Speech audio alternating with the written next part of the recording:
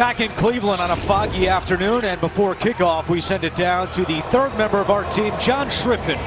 Well, when you think about Baltimore, you automatically think defense, but it's been the offense that has been just as consistent, scoring at least 20 points per game in their last 13 games. That's the longest streak in the NFL. Clearly, it's been Joe Flacco at the centerpiece of this offense, but he's been given a lot of new weapons this year. He's got 3 new wide receivers. John Brown, the speedster, he's the deep threat. Michael Crabtree is the specialist in the red zone, and Willie Snead is dependable on third down. Now, you might also see 4 tight ends on the field at one point today, including the rookie Hayden Hurst, who's making his NFL regular season debut, coming off a foot injury. Guys. And we will see that Ravens offense first as the Browns won the toss and they have elected to defer. We mentioned the fog. It's starting to clear up here in Cleveland. Mild day. Temperature right now 71 degrees. Browns wearing their color rush uniforms. They use them in their win against the Jets. They're bringing them back here against the Ravens. John Harbaugh, Hugh Jackson, they have a history as Hugh Jackson was the Ravens quarterback coach 2008 and 2009 under John Harbaugh. It was Joe Flacco's rookie year when Hugh Jackson was the quarterback's coach in Baltimore. Greg Joseph will kick it away, and Tim White is back deep to receive for Baltimore. Underway, week 5 of the NFL on CBS, and it is a touchback for Joseph. He now has touchbacks on 13 of his 15 kickoffs. Joe Flacco last week in the win in Pittsburgh threw for 2 touchdown passes, and in his career he's had a lot of success against the Browns. 17-2 record, 27 touchdowns to just 12 interceptions.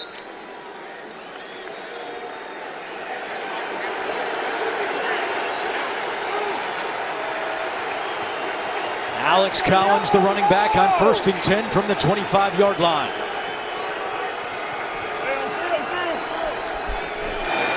And it's a pitch left to Collins. Collins across the 25, has the first down, takes it back inside the field to the 44 for a gain of 19.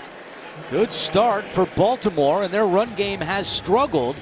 They are 23rd in the NFL, averaging just 89 yards per game on the ground. And other than Lamar Jackson, that's the longest run of the year for the Baltimore Ravens. Good start. You pin Myles Garrett in, you get the seal on the linebackers, and get around the corner. Nice start for the Ravens. Longest run of the season for Alex Collins. He takes it out to the 44-yard line. 53 for the line. Hey, 5.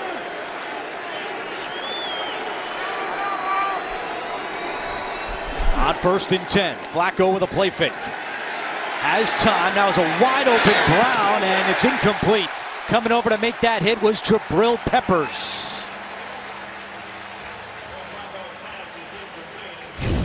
You know, this play starts with the corner, Ward, carrying him just deep enough where Joe Flacco has to hold the ball just for a moment so he can dart it in that hole, and then Jabril Peppers coming over and making sure that if he does catch it, he's going to be able to knock him out of bounds. We mentioned in our open, Hayden Hurst missed the first 4 games after foot surgery in late August. He's out there for the first time in his professional career.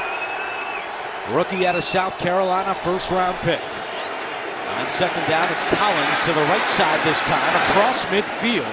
And it's a gain of 9 for Alex Collins to bring up 3rd down and 1. This offensive line continues to improve under offensive coordinator Marty Mornhinweg. Now in his 3rd season as the Ravens offensive coordinator. And this year on 3rd and 1, the Ravens are the best team in football. They are 13 for 14 on 3rd down and 1. And they've got a great secret weapon. Joe Flacco is 5 for 5 in these short yardage situations.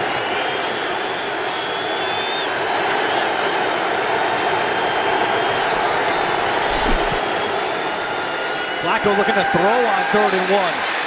Nobody home. Flacco steps up and dives towards the line. And it looks like Flacco will have it. So make him 6 for 6 on 3rd and 1. This is tight, and it's right in front of the Browns bench. You can see Greg Williams, defensive coordinator, saying he was down right here. That's what Greg Williams wanted. He wanted him down, and that's where he first hit the ground. And when you give yourself up, whether you slide feet forward or ball forward, that ball is down and it's really close to the line. Greg Williams wants it a yard back further. I think the officials made a pretty good spot on the ball. Clay Martin is the referee today, and they will measure this 3rd and 1. And you can see the red challenge flag already in the hands of head coach Hugh Jackson. He's ready to toss that red flag out right now. It's a 1st down, but there is Hugh with the red flag. He will challenge the spot. And here's my question, James. Even if he is short a half yard, you get the sense maybe Baltimore would go for it anyway on 4th and an inch. Exactly. Now here's down the line, and you can see that the ball might be an inch short, but I don't think it's going to be enough visual evidence to really overturn this. There, the knee is down, the ball, the nose of it is really close. Cleveland is challenging the ruling on the field as it relates to the line to gain. The previous play is now under review. But you're exactly right about 4th down, Andrew, because the Browns wouldn't be able to hold up. Is this worth a timeout? That's the question. We'll come back with the verdict on the challenge in a moment. Back in Cleveland, Hugh Jackson won the challenge, so they push the ball back. It's not a 1st down, it's 4th and short. However, the Ravens are keeping the offense on the field. Watch when that left knee goes down, that ball is short, a half yard short. They brought in some of the big beat, Patrick Ricard, who plays defensive tackle and also plays fullback for him, number 42. He goes about 315 pounds. He's in, Joe Flacco's in. He probably will just push Joe Flacco right in the back if Joe Flacco tries to sneak this. And if you're Cleveland, you want to pinch right on top of the center and the guard gaps to prevent Joe Flacco from running that quarterback sneak. This season, Baltimore 3 for 5 when going for it on 4th down.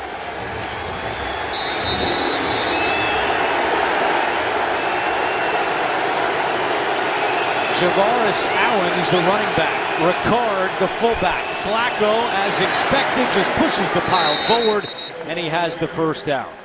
When we met with Joe Flacco a couple of weeks ago before the Denver game, we asked him what he looks for on those 3rd and 1, 4th and 1s. He goes, I don't look for anything. I put my head down and I fall forward. And his offensive line does a great job in getting a little bit lower than the defense. Look at all the helmets, the orange helmets that are up high. You don't see the purple helmets because they're low. Low man normally wins. 1st and 10 from the 45-yard line of the Browns. And it's Allen. And Allen struggles to get a couple. Christian Kirksey on the tackle for this Browns defense under the direction of Greg Williams in his 2nd season as the defensive coordinator. John Harbaugh said Greg Williams, quote, creates chaos. And they do blitz 39% of opponent pass plays, 2nd most in the NFL. Only Arizona blitzes more. Empty backfield for Flacco on 2nd and 8. Flacco looking deep down the field, and it's incomplete. John Brown the target. Denzel Ward stride for stride. And we met with Ward on Friday in Berea, where the Browns have their training facility, and he said he's going to probably be following Brown all game long. So look for that matchup in the secondary. And John Brown normally has that big speed advantage over a lot of corners. But Denzel Ward, he can get up and go. Ran 4.41 at the combine, and he plays equally as fast as that.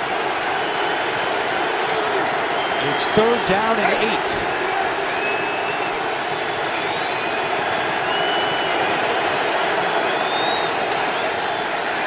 And it's caught and dropped by Crabtree. Incomplete. Crabtree continues to struggle holding on to the football. That's his 4th drop of the year. And John Harbaugh is going to send out his punter, Sam Cook. And it's amazing for a guy who came into the league with great hands like Michael Crabtree has. You saw just right at the tail end. Ball's coming in. He starts to look at the defender because he's getting ready for his next move. He's got to make the catch first, secure it, then make your move. And that time Denzel Ward was on Crabtree and not Brown as Cook tries to pin the Browns deep, and he does his job down inside the 10-yard line. Baker Mayfield set to come out, his first home start in Cleveland. Mayfield and the Browns going to work when we come back on CBS. The NFL on CBS is sponsored by Corona Extra. Find your beach. United States Air Force. Experience more at airforce.com. And by Verizon. The best unlimited is on Verizon, America's most awarded network. Now look at the Cleveland skyline from Edgewater Park. Scoreless early first quarter. First offensive possession for Baker Mayfield and the Browns. They are backed up from their own 9-yard line. Carlos Hyde, the running back. 180! What's that? And they hand it to Hyde. Hyde is able to break through. And Carlos Hyde with a 10-yard run on first down. Really great patience by Carlos Hyde, because initially you can see he wants to go right behind the left guard, ends up bouncing the play. And what I like really at the end of the play is how square his shoulders are. That's what big, powerful runners tend to do. Carlos Hyde at 6 feet, 229, one of those big, powerful runners. Tied for the NFL lead with all 5 rushing touchdowns in the first 4 games. Hey, we're going on lawn 5-7. Gives the Browns a little breathing room for Mayfield. 1st and 10 from the 19. Mayfield, quick pass. It is Hyde out of the backfield and shoved out of bounds. You look at the numbers last week for Baker Mayfield in the loss to the Raiders. 295 yards passing, but a total of 4 turnovers. The 2 interceptions, 2 lost fumbles, but the 295, second most pass yards in a first start in franchise history behind Eric Zier.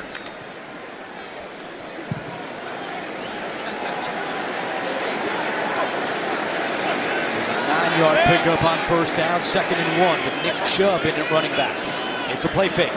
Mayfield screen, and Njoku is taken down quickly. It was Tony Jefferson making the tackle. And it brings up 3rd down. Let's take a look at the Browns starting offense. And we're being told that Mayfield's having some communication struggles with his helmet. So now he's going over to the sideline to communicate with offensive coordinator Todd Haley. See the offensive line, Desmond Harrison, a huge test today, as we mentioned in our open.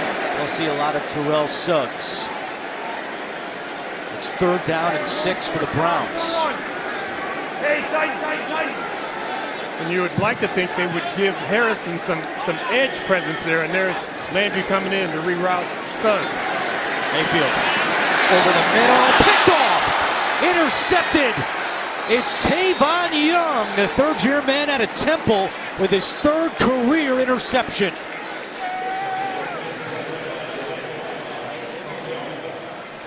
Rashad Higgins is the intended receiver. He's running across the field on a flat route, but what he does at the last second, he turns up. You can see him turning away from Baker Mayfield, and Young runs the route better than the wide receiver because he stays on the course and stays flat. Mayfield felt pressure from Zadarius Smith. So much talk with the return of Jimmy Smith. You know, where would Smith slide in? The Ravens don't want to take a lot of those snaps away from Tavon Young. He's had a very good start to the season, and now he's got his first pick of the year. So Baltimore takes over in great field position. On first down, Flacco to Hayden Hurst, his first NFL catch, and knocked out by Collins at the 28-yard line. Hayden Hurst, we met with him last night, and he said, I've got to play fast. And that kind of echoes what Flacco told us. It's not like it's training camp and we can just throw him out there to get his feet under him. He's got to get up to our speed quickly, and Hurst said he was up for the challenge. And his first NFL catch covers 7 yards.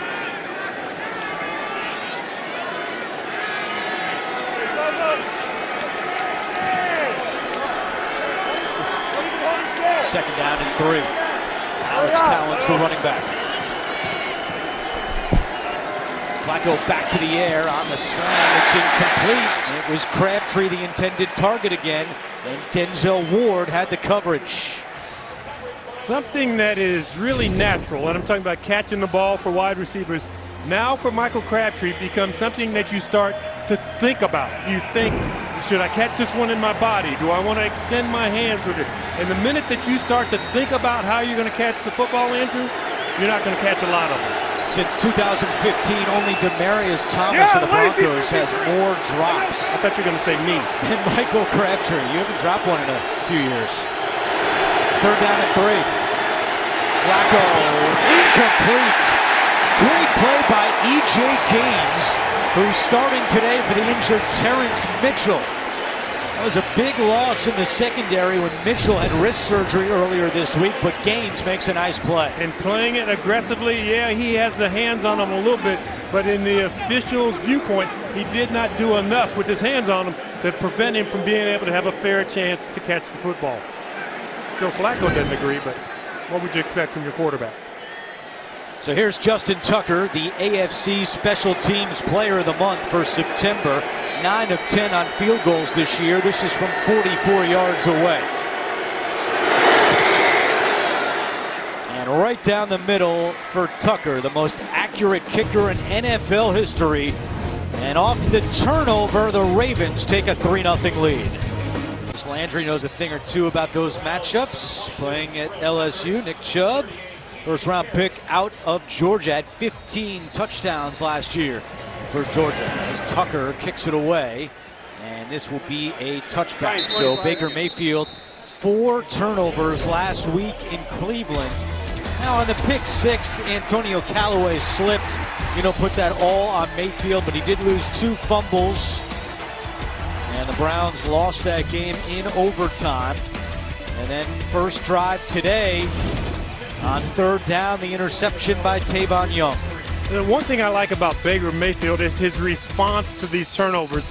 I had the ball, it's my fault, not blaming it on anybody else. It wasn't a communication issue. I'm the one with the ball, and then they had it. And when it stops and starts with the quarterback and he's the leader, that's a great thing. On the carry, it's Chubb and not much room to run. And that Baltimore run game is missing a key piece today in Michael Pierce. He was a game-time decision with a foot injury. He re-aggravated his foot injury in practice on Thursday, was not able to go at practice Friday, tried to go this morning, a no-go. So you'll see more of Chris Wormley today. Now, Pierce did not play because of that foot injury in the win over Denver a couple of weeks ago. And in that game, the Broncos rushed for 120 yards. So we'll see how the Baltimore run defense does today without Pierce. It's Chubb again.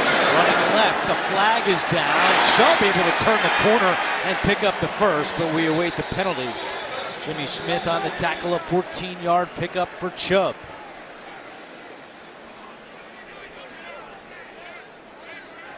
Holding. Offense, number 85. 10-yard penalty. Replay second down. So that run negated by the holding call on David Njoku.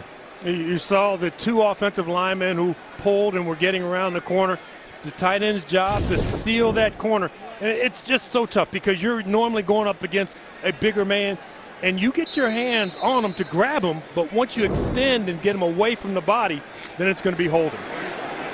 That pushes the ball back to the Cleveland 14-yard line. It's second down and long.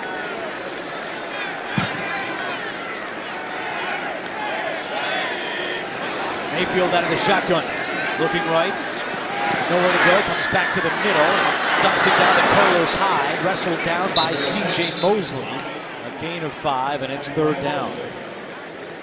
You see that little bit of hesitation by Baker Mayfield when he's in the pocket.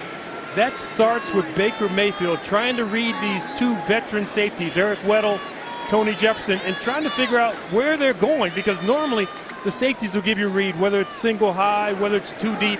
And Weddle and Tony Jefferson wait until the last possible second to tell you what they're going to do. There's Weddle drifting up around the line of scrimmage, but he probably won't stay there. Third down and 16. Mayfield looking deep and completes it for a first down. Rashard Higgins reels it in. Knocked out by Tony Jefferson. But on third and long, a 21-yard pickup for the Browns. It's funny when you look at this Browns receiving core, Jarvis Landry being the new guy. So many young faces. Rashard Higgins, who's in his 3rd year, seems like the old hand, the guys he's been around Cleveland forever. He's steady, just makes plays, not big and flashy, but I like his game. 6:20 to go first quarter. Ball at the 40-yard line. It's a handoff to Hyde. Hyde up the middle across the 45, pushing over Weddle. A bulldozing run for Carlos Hyde and 12 more yards on the ground for Cleveland. We talked about coming into this game, the best friend for a rookie quarterback is a solid run game. And the fact that coming into this game, the Cleveland Browns have run the ball 129 times, more than any other team in the league. The league average 99 times, so that's 30 plus the league average. Cleveland's run 8 plays. 3 of them have gained at least 10 yards. They're now in Baltimore territory. They feeding Hyde and to the 45-yard line. We met with offensive coordinator Todd Haley of the Browns on Friday. You know, obviously he's got a lot of history playing the Ravens. Spent the last 6 years as the offensive coordinator in Pittsburgh, and he said the thing that he learned in those games, you've got to stick with the run. Even if it doesn't look good, you got to run against this Baltimore team. As you mentioned, James, they run more than any team in the NFL so far this year, and they're going to keep pounding the rock on the ground. Chubb goes to the top of your screen. 2nd down and 7. Mayfield caught by the tight end Darren Fells, and that's good for a Cleveland first down.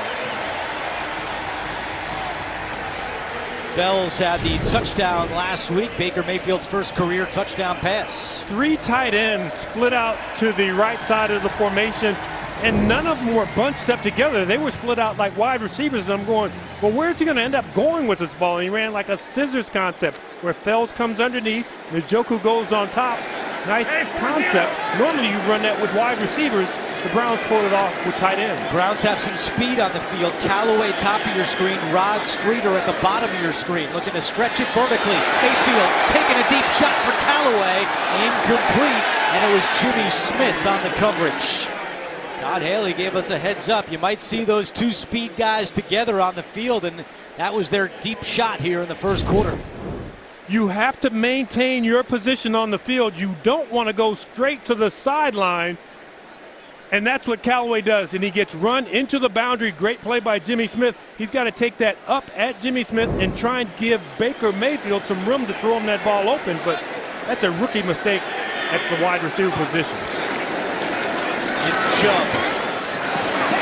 Chubb to the 35-yard line. Jimmy Smith, John Harbaugh told us, came back in good shape after missing the first 4 games for violating the NFL's personal conduct policy. But James, he said he's not in football shape. Give us the difference, being in shape and football shape. Well, when you're in shape and you're working out on your own, you can take the breaks that you want.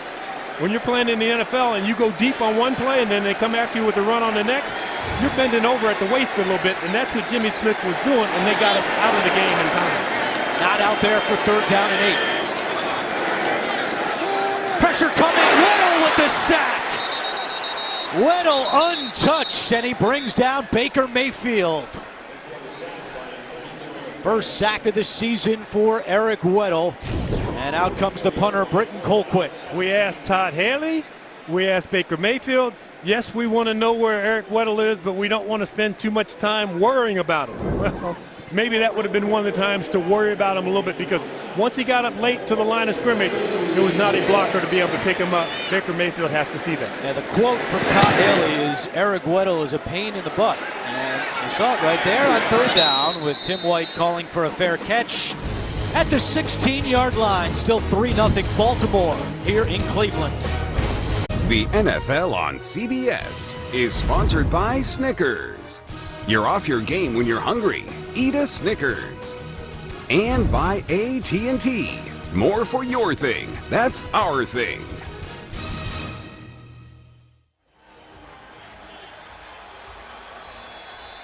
Ozzie Newsome played all 13 of his NFL seasons right here in Cleveland for the Browns. Now in his final year as general manager of the Baltimore Ravens, Eric DeCosta will take over after the season. After the punt, 1st and 10 for Baltimore from the 16-yard line. Flacco over the middle, and it is caught by John Brown, and he's got the speed, and they finally get him down at the 44. 28-yard pickup for John Brown. He now has 6 catches this year of at least 25 yards. And it's a read route. John Brown can go deep But if there's somebody in center field, he's going to hook it up exactly what he does. Joe Flacco, John Brown, same page, maybe even the same line, maybe the same sentence. Brown already has more yards receiving this year than he did all of last year, and he's matched his season total with 3 touchdowns as well. 116 yards in the win in Pittsburgh last Sunday night. Flacco wants to go back to the air, dumps it down to Collins. Collins across the 50. Pickup of 7. Christian Kirksey on the tackle. Inside 2 minutes to go, first quarter. First quarters have not treated the Browns very well this year, tied for the fewest points in first quarters with just 6, and they're on the verge of getting shut out again here in the first. Injury update for Baltimore. Tavon Young, who had the interception of Baker Mayfield, is in concussion protocol. We'll keep you posted on that. 2nd and 3. Collins. Good job by the Browns to stack them up. We're going to go back to New York. NFL Today update with JB and Boomer. 11 plays, 97 yards. And this 18-yard touchdown pass from Ben Roethlisberger to Juju Smith-Schuster. Steelers lead 13-0 over the Atlanta Falcons. Andrew Catalan, James Lofton, and John Schriffen. All right, guys, thank you. A tough start for the Steelers. They've tied the Browns week 1 and lost to the Ravens last Sunday night. That last play lost 2 yards for Baltimore, so it brings up 3rd down and 5. Baltimore 0 for 3 on 3rd downs in this quarter. Flacco's pass is batted down. Joe Schobert got a hand on that one. And that is the 7th pass batted down this year that Joe Flacco has thrown, 2nd most in the NFL. If you cannot get to the quarterback, you're trying to mirror, and Schobert does a nice job in elevating, getting up, because Flacco at 6'6", you wouldn't think, man, he has an over-the-top delivery, but Schobert does a nice job in getting that one hand up, knocking that ball down at the line of scrimmage. Jabril Peppers back deep to receive the punt from Sam Cook. A flag is down. It was thrown right at the snap. Peppers hit by Albert McClellan and taken down at the 11. And now let's see what the penalty is. Baltimore came in with the 6th best 3rd down offense in the NFL, converting at a 46% clip. But so far today, they are 0 for 4 on 3rd downs.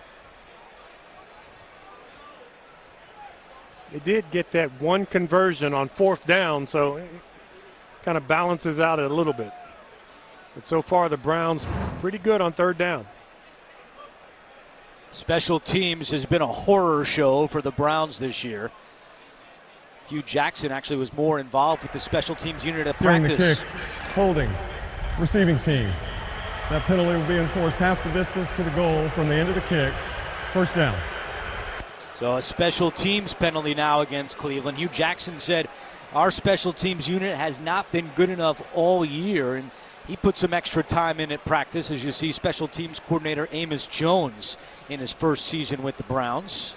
And that penalty pushes the ball back to the 5-yard line. One of the things you can do offensively down here is to hard count. Sure, you might lose 2 yards if your guys move, but if you get the defense to move, you pick up an easy 5. It's a handoff to Carlos Hyde. And C.J. Mosley greets him at the 7-yard line. It'll be 2nd down. Baker Mayfield started this game 5 of 7 for 39 yards, but he also has the interception, which led to Baltimore's field goal. See if the Browns run another play here in the quarter, if they just run it out. Looks like they've had enough of the first quarter. So once again, Cleveland scoreless in the first quarter. Just 6 points in the first quarter this year. It's a 3-0 Baltimore lead on CBS. Started the second quarter here in Cleveland with the Ravens leading the Browns 3-0. Browns have lost 36 consecutive games on Sunday.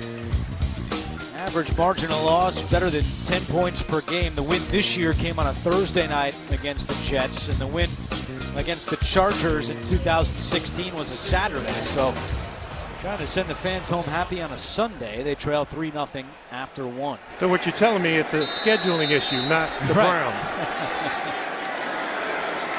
Cleveland still backed up. It's 2nd down and 6, and it's Carlos Hyde, and taken down by Matthew Judon. What a play by the third-year man at a Grand Valley State. You do not normally expect to see a running back, once he gets started, to get run down from the backside, but Matthew Judon is unblocked. And once he realizes that that ball's been handed off because he checked to make sure Baker Mayfield isn't going to boot and come back in his direction, he turns the jets on, and he's just as fast as the running back.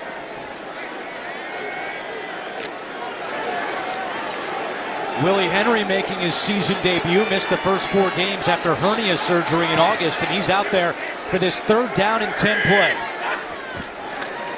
And the Browns being careful, just hand it off to Duke Johnson. Eric Weddle makes the tackle, and once again the Browns will punt. Great team defense by the Ravens, which is what we expect from them. We've seen the stats, all the numbers.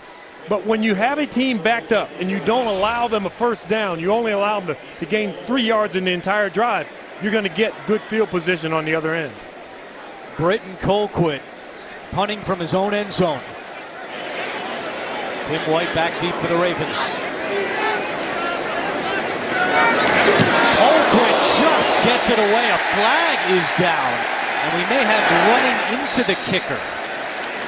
Tim White with a fair catch at the 40. And there was a little bit of contact in the end zone when Colquitt went to punt it away.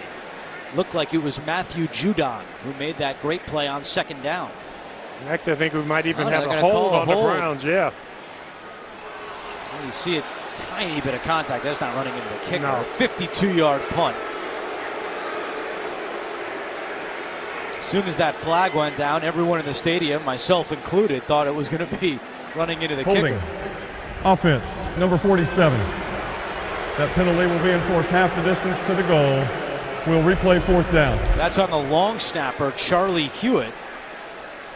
And Hewlett, now the 2nd time the Browns have been penalized on a special teams play in this half. And the tough thing about this hold is now you go back and Colquitt is going to have his heels right at the end line as he's awaiting this snap from his guy who just got called for holding. So if there's a mishap and this is a little high and Colquitt's heels hit the back of the end zone, you got a safety.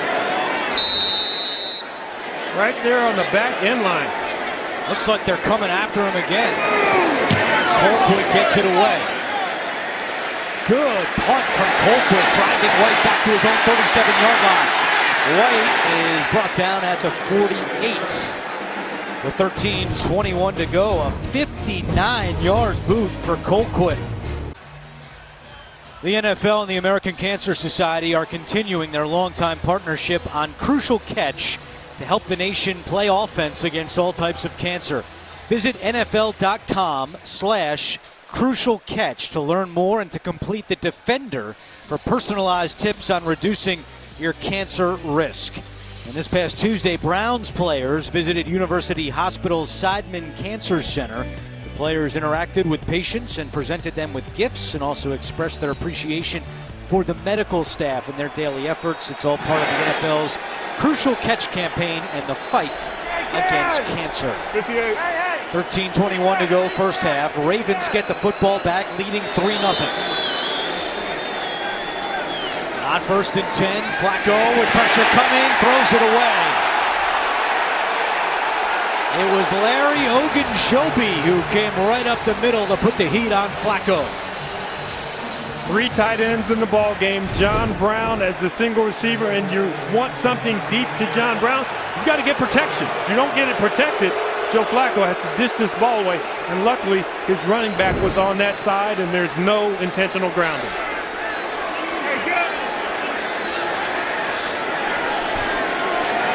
Play fake to Collins over the middle. It's caught by Willie Snead for a first down. And Snead dragged down at the 34 by Demarius Randall. It's his 17-yard gain for Snead, who came into the NFL as an undrafted free agent with the Browns in 2014. Yeah, just simply one of those worker bees. He was like that while he was with the New Orleans Saints, one of the extra guys that Drew Brees loved throwing the football to. Catches the ball well in traffic. Lamar Jackson in at quarterback right now. And a flag is down and a false start against the Ravens. First snap today for Lamar Jackson, the rookie quarterback out of Louisville, who's played only 16 snaps in the last 3 games. There's no foul for a false start on the play, as the umpire was holding up the play for the substitution. First down. And now, after the stoppage, Jackson's going to come out, and Flacco comes back in. You want to use Lamar Jackson and the element of surprise to kind of get at the defense. You can't do it once you've stood out there and there's been no foul and you're standing in that static position.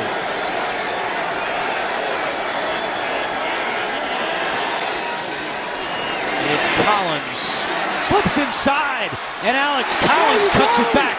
At the 20-yard line, they finally catch up with him. Randall makes another tackle, but a 16-yard run for Alex Collins.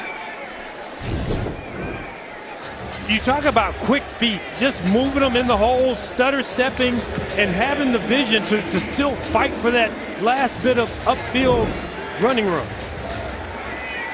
Lamar Jackson now back into the game.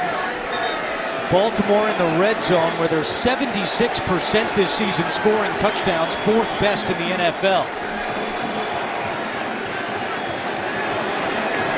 Jackson rolling right, looking to throw on the run, and it's broken up. Incomplete. It was Jabril Peppers who got a hand on that one. That's Lamar Jackson's first pass attempt since week 1. When you get your eyes involved with Lamar Jackson, you're going to be in trouble on defense. Saw him raise his hands up and 2 defenders went in that direction, and the ball went the opposite direction. Moves around a lot.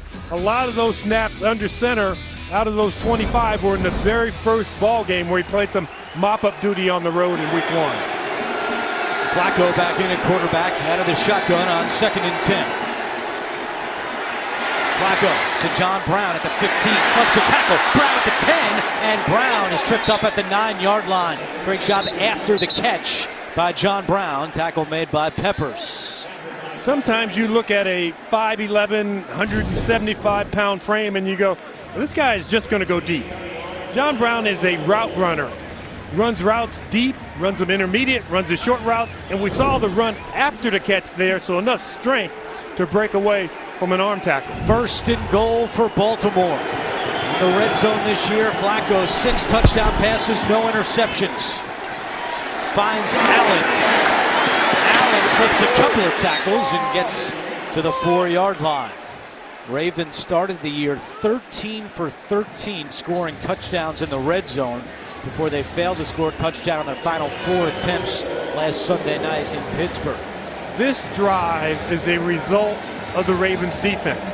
Remember the punt down and deep in Brown territory, keeping them to 3 and out, getting the ball right around midfield, a couple of chunk plays, and you're right in the area where you need to be.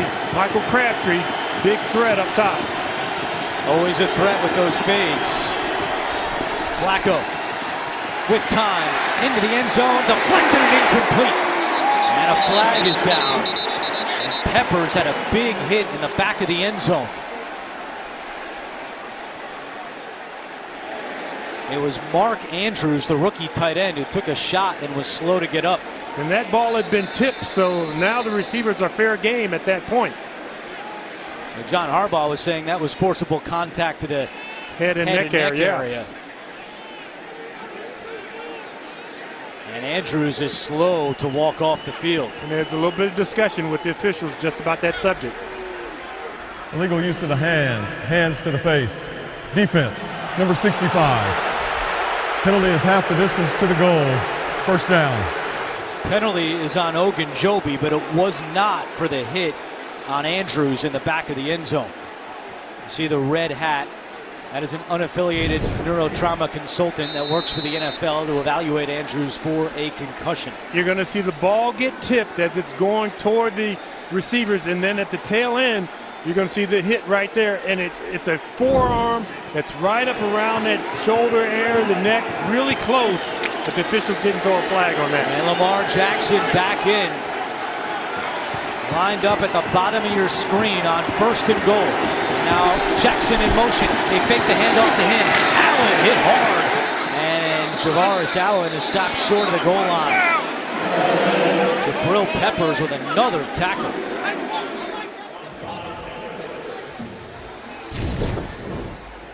Peppers has been active, and for safeties, you don't commit to the back of the end zone. And there's Peppers coming up, and that knee was down. You can see the thrust forward by Allen at the end, but that knee was down right around the 2-yard line. 2 tackles, 2 passes defensed already for Peppers in the first half. It's 2nd and goal.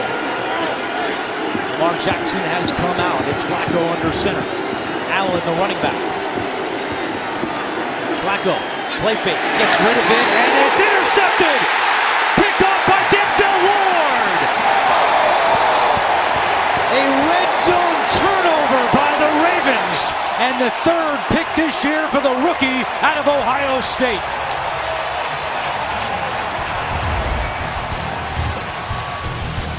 Pass deflected, and Ward picks it off. A big play by the goal line. The NFL on CBS is sponsored by Modelo Especial, brewed with a fighting spirit since 1925. Pizza Hut, official pizza sponsor of the NFL. And by the Ford F-150. It doesn't just raise the bar, it is the bar.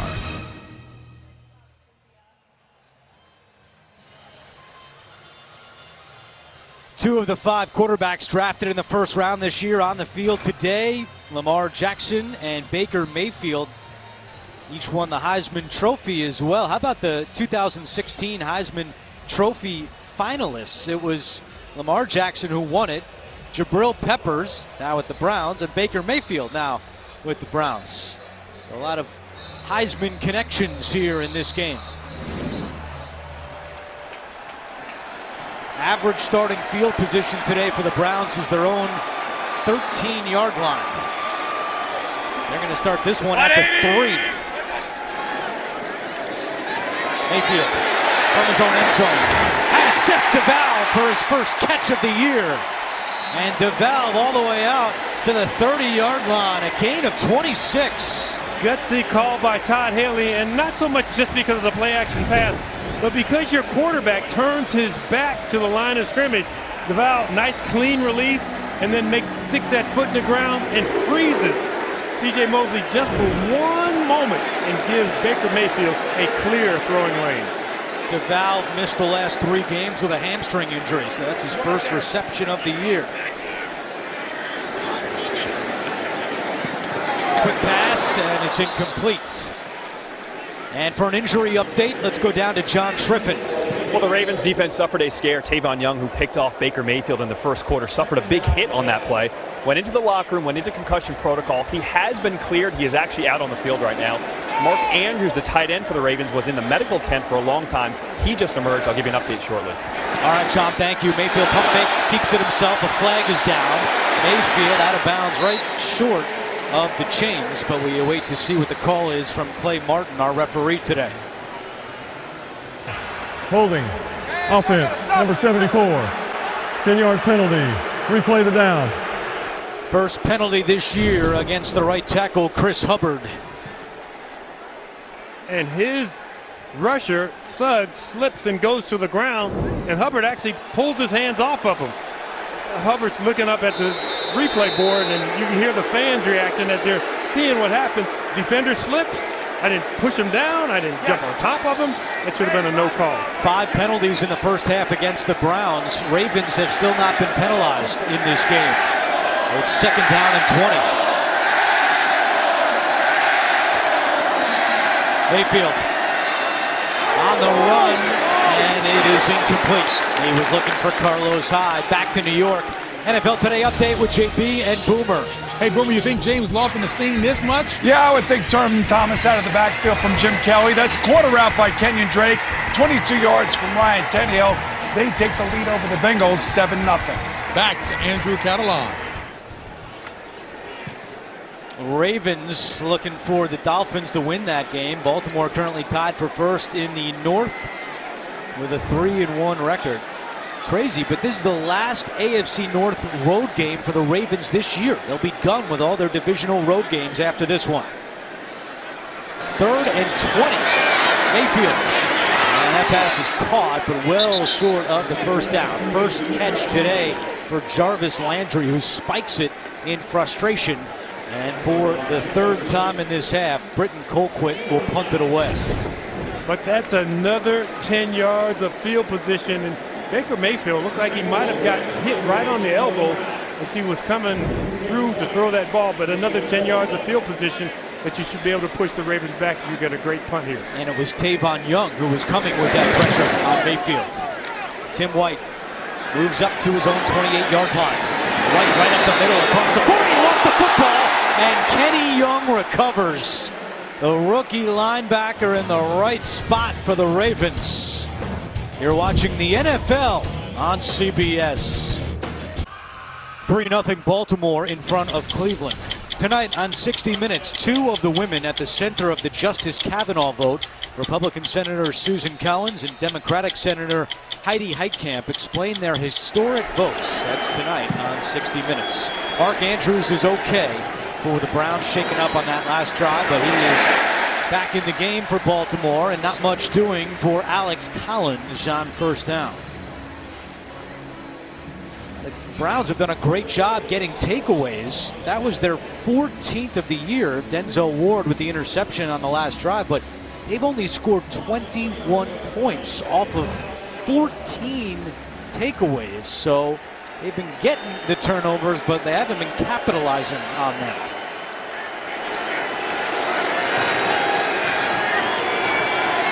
Second down and 12. Flacco. There is Max Williams with some room to run, and Williams cut down by Jabril Peppers. It'll make it 3rd and manageable for Baltimore as we approach 6.5 to go. You know, when we talked to the Browns, they talked about the great blockers that the tight ends for the Ravens were, especially Max Williams. And now you kind of switch that up a little bit. You start them off blocking in the pass game, and then you throw them a little screen pass. You just kind of chip away at the defense a little bit. On 3rd down, Flacco has time, fires, and it's incomplete. He was looking for Mark Andrews. Joe Schobert on the coverage for Cleveland, and a quick 3 and out. Baltimore is now 0 for 5 on 3rd downs today. It's interesting on this play. He's looking for Mark Andrews, and he looked away from Michael Crabtree, who's had 2 drops earlier today, who was in his vision, and he didn't throw him the ball. So quarterbacks, they have memories, and if you don't come through early, sometimes they go away from you. 3rd punt for Sam Cook. Peppers back deep for Cleveland.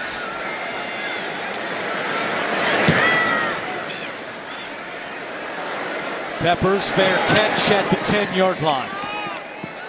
We'll be back in 30 seconds after this from Lowe's. Browns defense has been playing well. They hand the keys back to the offense here with 6:06 to go in the 2nd quarter. Once again, Cleveland backed up to start a drive. They'll begin this one at their own 10-yard line. Hey, we're going to 40. Carlos Hyde, the running back. Hurry! And it's a give to Hyde, and he is thrown down by Brent Urban. The 5th-year man out of Virginia makes a big play. Now it's been a tough start for Baker Mayfield and the Browns on offense, James. Well, he starts the day with a little communication issues with his helmet, and then on a subsequent play, he has a little bit of communication issue with one of his wide receivers. Baker Mayfield, you've got to continue to toughen it out. Comes up with a nice pass here to get them backed off their goal line. It's never easy playing against the Ravens. I don't care if you're in your 1st year or if you're in your 15th year. Rashard Higgins goes in motion. It's a handoff to Hyde, and Marlon Humphrey gets him at the line of scrimmage. 2nd-year man out of Alabama makes a big play. You've got to be ever so cautious when your offense is actually huddling in the end zone You don't want to throw a lot of passes coming back from this area. And Todd Haley trying to get a run going, but the Ravens are committing to the line of scrimmage and covering wide receivers or tight ends, whoever you split out wide, one-on-one, because they have that excellence at the cornerback position with essentially 3 starters out there. Last 4 plays for the Browns have totaled -7 yards. And now faced with 3rd and 13. Mayfield in his own end zone. Dumps it down to Duke Johnson, Eric Weddle, and Anthony Levine combine on the stop, and a 3 and out for this Browns offense.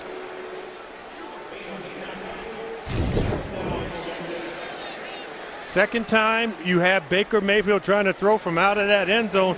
Nice job by Desmond Harrison warding off Terrell Suggs as he's coming around that corner to keep him off the back of Mayfield. Colquitt awaiting the snap at his own goal line.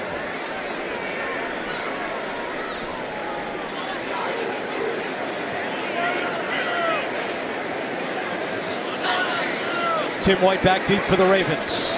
Good snap. Colquitt gets it away. White moves up to the 40 where he calls for a fair catch. 3:45 to go. Second quarter. We'll be back in 30 seconds after this from Farmers Insurance. Baker Mayfield and the Browns trail the Ravens 3-0. Since John Harbaugh took over in 2008, his team's defenses are 15-5 against rookie quarterbacks, and it's been a sluggish start for Mayfield here. It's Collins on first down, and Myles Garrett on the tackle. 3rd straight possession, Baltimore has started at their own 40 or better, yet they have not been able to make any hay. There's that early field goal after the Mayfield interception. When we're out at practice with the Browns on Friday, Greg Williams, their defensive coordinator, is all over these guys. He's vocal, he's tough, he's hard on because he wants practice to be more daunting than when they get in the game on Sunday. And they've been in some daunting situations early on in this ballgame so far.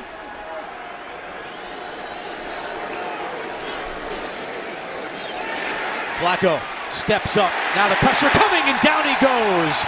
Myles Garrett with the sack for the Browns.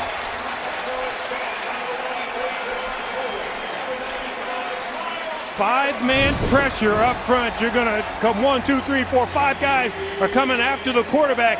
And when they do that, they get good pressure on him. And then in the back end, nice coverage.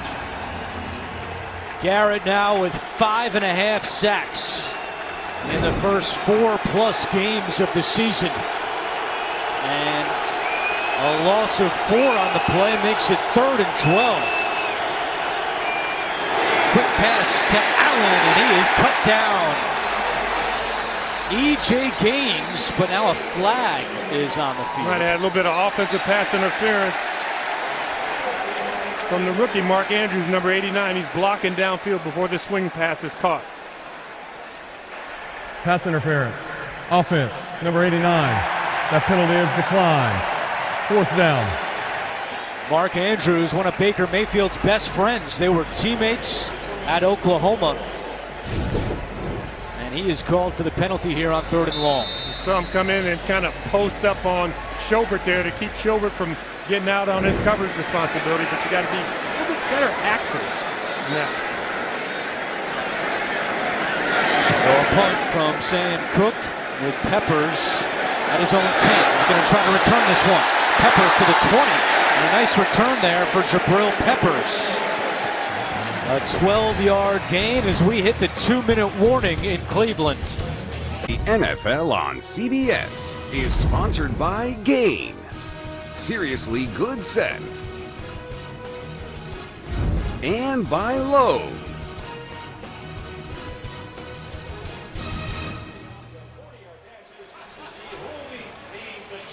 With James Lofton, John Triffin, our entire crew, I'm Andrew Catalon. Welcome back to Cleveland, where the Ravens have a 3-0 lead. Coming up, Verizon Halftime Report. JB, Phil, Nate, Boomer, Coach Cower, all back in our studio. They'll have the latest NFL scores and highlights coming up on the Verizon Halftime Report. Both teams have all 3 timeouts with 1:59 to go in the second quarter. Browns start this drive at the 21-yard line. Mayfield taking a deep shot, incomplete. He was looking for Landry, and it was Tavon Young on the coverage. It's a big return for Young. As we mentioned, he went out earlier for concussion protocol.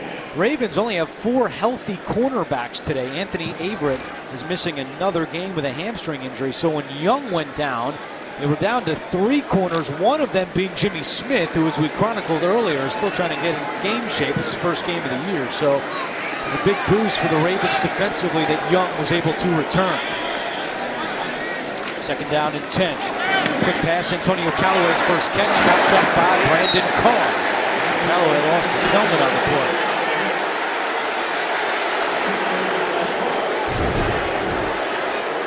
You know, just a quick hitch pattern to the outside, and Callaway does a nice job in kind of staying in bounds, because I think at this point, Cleveland only being down 3-0 with all the bad field position that they've had, wouldn't mind going into the locker room with the score as it is.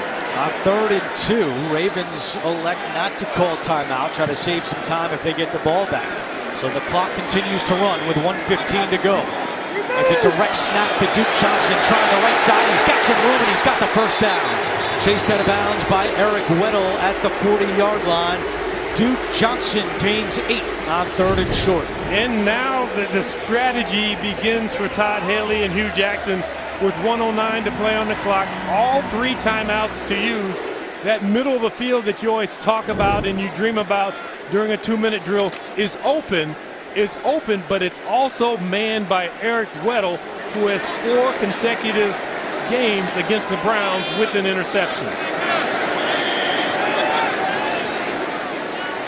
Mayfield to David Njoku into Baltimore territory.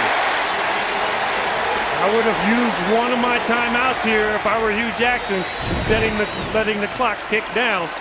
You get big against little, and Njoku coming in there making a good play. Marlon Humphrey had the coverage on the big tight end Njoku. Well, one of the Ravens might have inadvertently kicked the football here. Njoku had a career-high 5 catches last week. There's the kicker, Greg Joseph, loosening up on the Cleveland sideline. 1st and 10. Mayfield over the middle, right back to Njoku. Tony Jefferson on the tackle, but a 24-yard gain. Big target going right down the inside edge of the numbers, and then he bends it back in a little bit with the throw from Baker Mayfield, using that big body to shield himself from the hit coming up from Tony Jefferson. Cleveland calls timeout to stop the clock.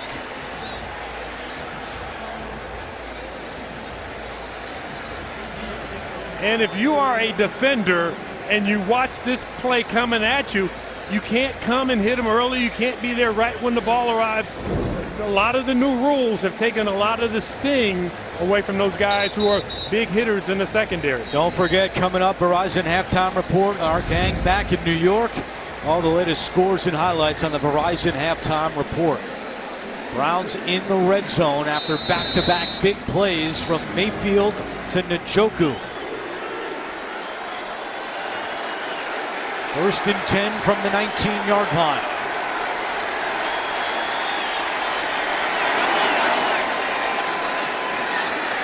Mayfield, end zone, caught, touchdown, Rashard Higgins. What a 2-minute drive by the Browns, and they take the lead.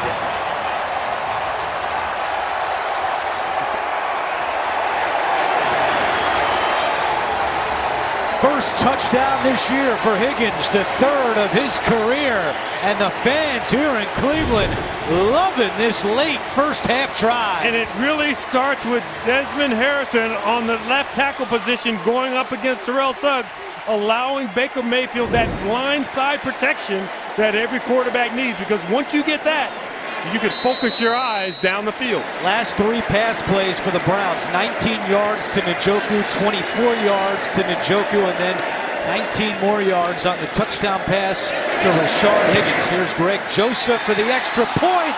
No good! And the special teams horror show continues for the Browns. They already cut their kicker, Zane Gonzalez, brought in Joseph, who had not missed a kick until right now. And there's the special teams coordinator, Amos Jones. And the hair getting grayer for Amos.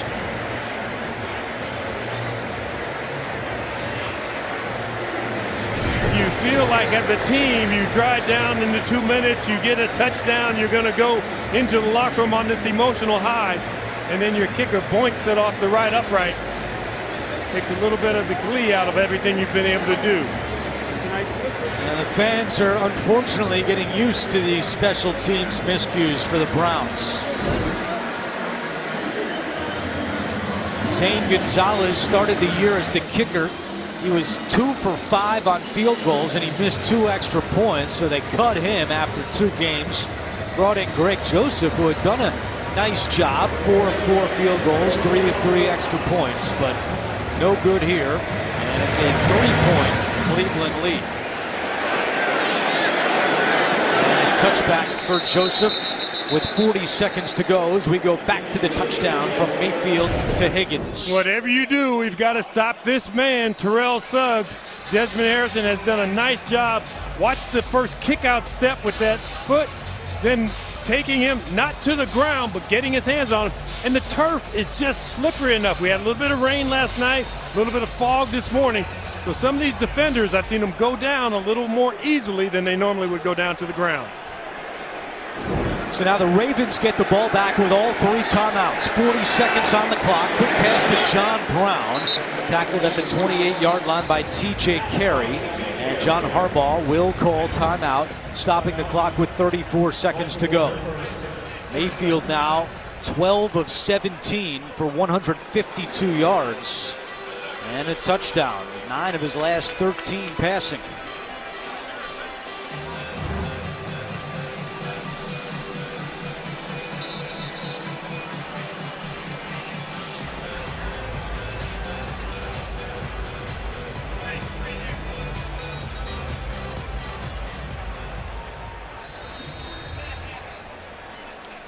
Watch how deep these safeties are going to line from Cleveland. But this void area in between, that's where you want to throw the ball into. And he throws it right up the middle. And it's the big tight end, Mark Andrews, taking the ball out to the 45-yard line, a gain of 16. And John Harbaugh calls his second timeout.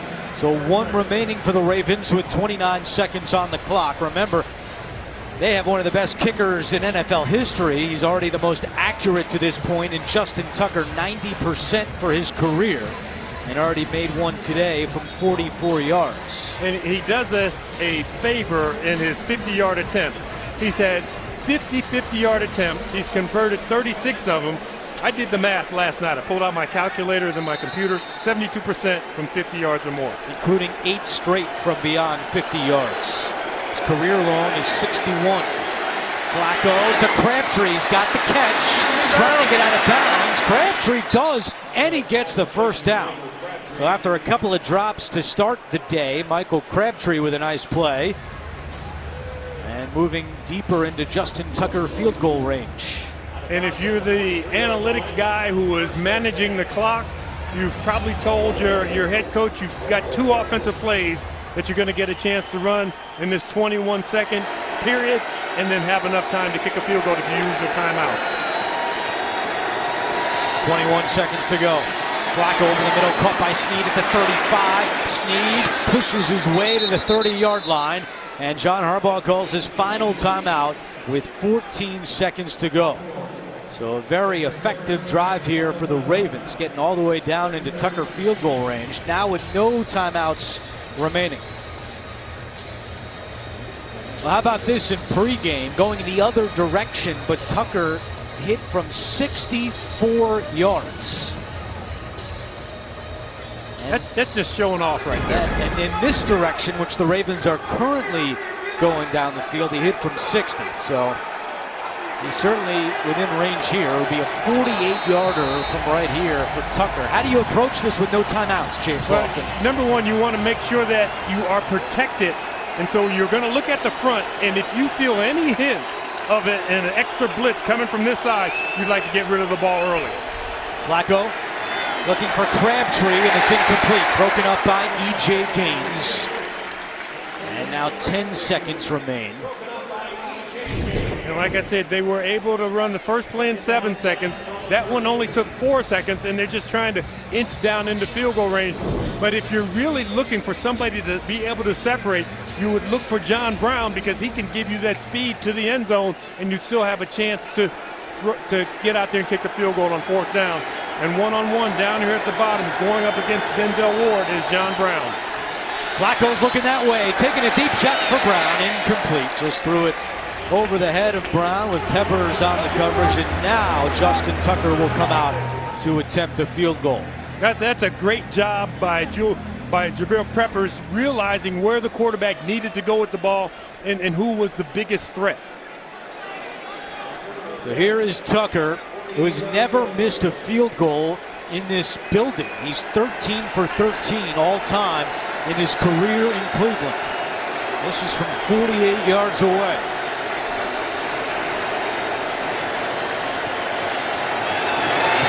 Tucker's kick is blocked. Second time this year that Tucker has had a field goal blocked. And this special teams unit of the Browns, which has had a rough start to the year, they make a big play, sending us into halftime. Denzel Ward, who had the interception, now has a blocked field goal. You had penetration up the middle, but off the left edge of the defense, Ward dips that shoulder, comes around, gets his hands on it. Big play from the Browns. That's the end of the first half, with the Browns leading the Ravens 6-3. Halftime coming up after these first half highlights from Verizon. Who leads the league in touchdowns? Back here in Cleveland as we get set for the start of the second half. The Browns lead the Ravens 6-3. As you see the first half numbers, neither team got it going on the ground. I think that's a testament to both teams' defenses here in the first half. As we welcome you back to the booth with the Hall of Famer James Lofton, I'm Andrew Catalon. We'll hear from John Schriffen coming up. Defense is really the story in that first half, but that last drive by the Browns, Baker Mayfield looked very impressive. He really did. And you think about Baker Mayfield coming into this ball game, knowing what the Ravens do against rookie quarterbacks. He throws an interception early, but he doesn't let that punch stagger him because he remains resolute, comes back, and right before the half ends, marches them down and gets them the big touchdown. Now they don't get the extra point, but looking at the numbers, looks like a pretty even comparison between Flacco, who came in really hot. Baker Mayfield in his first home start has impressed the hometown fans. Fewest points the Ravens have had at the half since October of last year, when they only had 3 against the Chicago Bears. And Cleveland will get the ball to start the second half. When you talk about second halves, the Ravens have been dominant in second halves this year. They've outscored teams 49-9 in the second half, and they're the only team in the NFL yet to allow a second half touchdown. Jabril Peppers has had a big first half for the Browns. He's back deep along with TJ Carey to receive the kick from Justin Tucker, who had his field goal blocked to close out the first half. And it will be a touchback. And we're going to go down to John Schriffen. I had a chance to speak with both head coaches at the half. Let's first start with the Browns and Hugh Jackson. He told me he was very happy with the way his team ended that half. His offense started to get in a rhythm. Baker Mayfield completing some passes. He wants his team actually to play faster on offense. He said once we start playing at a frenzied pace, that's when our offense is at its best. As for the Ravens, spoke to head coach John Harbaugh, asked him what he told his team in the locker room. He just looked at me and laughed and said, "Can't tell you that," but he said, "We need to take advantage of our opportunities. We play a better second half. It's our game to win." And no doubt, John, they had great field position in that first half, but the Ravens were only able to put 3 points on the scoreboard. Mayfield in trouble, and down he goes. Brandon Williams bringing down Mayfield, and that is the first sack for Williams since 2016. And it is what you throw into the category of a coverage sack, because Baker Mayfield is looking, and the Ravens defense fooled him. They brought a rusher off the slot, and then they brought 2 guys over to cover the guys one-on-one, man-to-man. They both went down, hooked at 10 yards. Standing right next to him were defenders. Nowhere to throw the football. Second sack today for the Baltimore defense. And an 8-yard loss. It's Hyde. Hyde cuts it up at the 20. A nice run. He's still going. Carlos Hyde. A yard shy of a first down. What a run for Hyde. A gain of 17. And the Browns going to a little bit of a fast pace here to make sure that Baltimore can't substitute when they had their nickel defense in already. On 3rd and 1, right back to Hyde. He's got the first down. Jefferson and Humphrey on the tackle, but 8 yards for Carlos Hyde.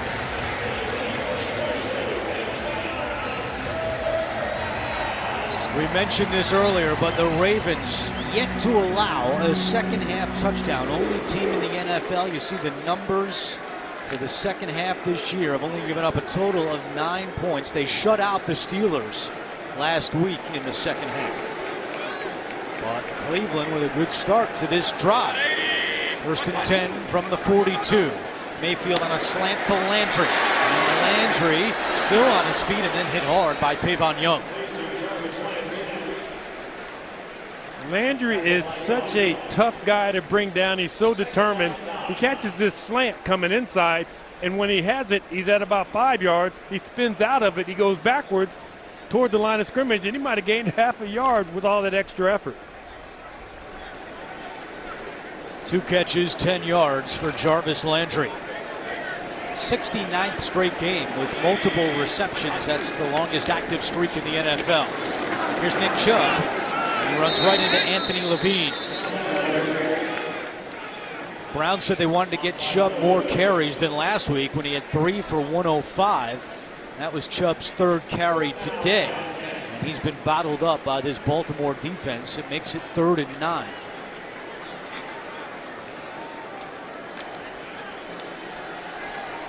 Mission number 1 on 3rd and 9 is to get Terrell Suggs blocked. See him up at the top of the screen, and you've got a tight end there to kind of influence and help the tackle get to him. Weddle moving all around, and here comes Weddle. They pick it up. Mayfield gets away from Zadarius Smith. Now Mayfield throws, and it is incomplete. Off the hands of David Njoku. It was Terrell Suggs running back there on Njoku. Suggs dropping into coverage. He turns 36 on Thursday, but he can still run down the field, kind of. But when you have a chance to make these plays and it's just off the outstretched hands of Njoku, you've got to make them, because Baker Mayfield has done a great job getting away from the pressure. Colquitt bounces this one into the end zone. So a touchback with 11:45 to go, 3rd quarter. Joe Flacco and the Ravens ready to roll here in the second half. 3rd quarter, Browns lead the Ravens by 3. Tonight on CBS, CUI critics are calling the new drama God Friended Me heartwarming and a truly original story. God Friended Me tonight after 60 Minutes, only CBS. I saw it last week, and then I watched the pilot rerun again last night. I've seen it twice. It's only been on one time. Looking for a raise over there, huh? Alex Collins hit at the line of scrimmage. Christian Kirksey, who did not practice Friday because he had the flu, makes the tackle.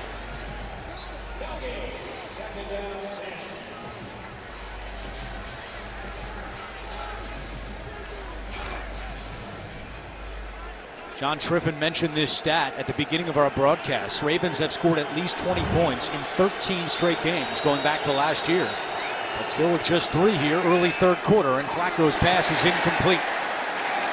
Not on the same page with Crabtree on that throw. It was E.J. Gaines who had the coverage. Well, a great job by the Browns defense, because you bring extra pressure, and as a corner, you know that they're going to have to get rid of this ball early, so you post up at about 10 yards, and you wait for Crabtree to make his move. Crabtree tried to make a move. You're right there to prevent the connection. Crabtree's been targeted 5 times today. He only has 1 catch. 0 for 6 on 3rd downs are the Ravens today. Can they convert here? Flacco to Brown, and there's their first 3rd down conversion today. Brown tackled at the 35-yard line by Denzel Ward, but he moves the chains after a 15-yard pickup. When you have great speed, you're able to get your corner running up the field, stick that outside foot in the ground, and a nice on-target throw by Joe Flacco. Good hands by Brown, plucking it out of the air. Fourth catch today for Brown. He's got 58 yards receiving. Flacco looking for Brown again. Deep shot, incomplete.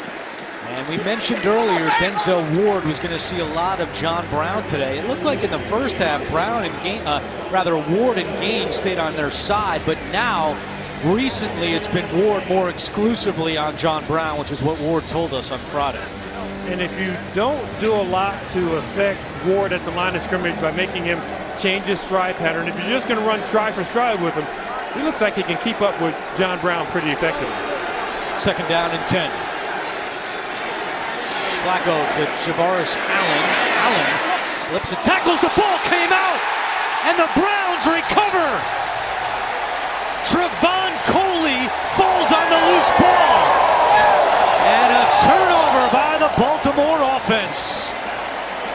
Every turnover is automatically reviewed, but to the naked eye, that ball looked like it was out early.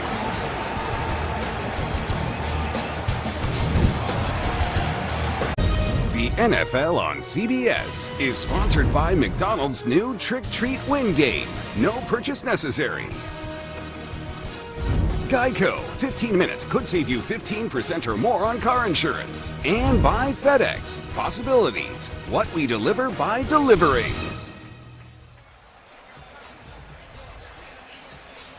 Now, some busts do not look like the player. This is very good, James Lofton, class of 2003 at the Pro Football Hall of Fame down the road in Canton. They did a nice job. They enhanced my appearance on that. Well, they did confirm that turnover in replay. It was Joe Schobert who forced the fumble, and Trevon Coley recovers. 15th takeaway this year by the Cleveland Browns. They had 13 all of last year. And movement before the snap. Got a little twitch from Zeitler, the right guard there. Prior to the snap, false start. Offense, number 70. 5-yard penalty. First down. Let's take another look at the turnover. It was Schobert with his 4th career forced fumble. When running backs go through the line of scrimmage, they got that ball high and tight, and now all of a sudden they catch the ball out in space, and the ball is out away from the body just a little bit, and Schobert, nice job punching it out. So 15 takeaways this season by the Browns, but still only 21 points off those takeaways. Trying to capitalize here. Mayfield's in trouble. He escapes. Rolling left, throws on the run and completes it with a flag down. Landry makes the catch. Hit hard. And Jefferson on the tackle, and now we await the flag, which is down at the 34-yard line. Landry had separated from the defender. I don't know if he pushed off once he got outside the pocket.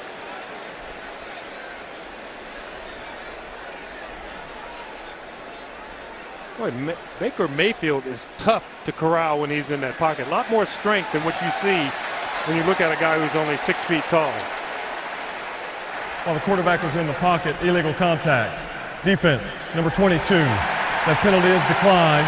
Result of the play is a first down. That's on Jimmy Smith. First penalty today against the Ravens. Jimmy Smith is out there, and when your clock goes off and you know that something has happened and that quarterback starts to get out of the pocket, that's just a knockdown right there because it's a stop and go route, and Jimmy Smith actually got knocked down. First and 10 from the 32-yard line. It's a pitch to Carlos Hyde. And he gets back to the line of scrimmage. We got another flag down. We got a little scuffle. Oh, yeah, we do. Going on with Tavon Young and Rashard Higgins. Right in front of the Baltimore sideline. Those two were mixing it up. Young had the interception for the Ravens early in the first quarter. Take another look there. You see 81. There's no foul for holding on the play. The result of the play is second down. And no call, just a... I like that. A non-call. You talk to both players and you get them moved away from each other. And slot corners, Tavon Young at 5'9", tend to have this description always after their name and write-up. Pesky. A guy who is feisty playing against you. You have to be if you're only 5'9" playing in that position.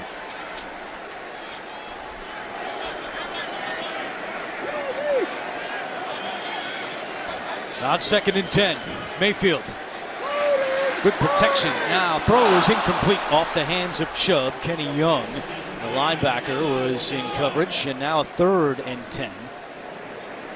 That's just a little bit of a miss from Baker Mayfield. He wanted some action down the field. You're coming off to your outlet receiver. You've got to put that ball right on almost the chest plate of a running back so that you give him a chance to catch it and then turn upfield. He can make something happen for you. 3rd and 10 now, big down once again. Where is Terrell Suggs, and do you have any help in blocking him?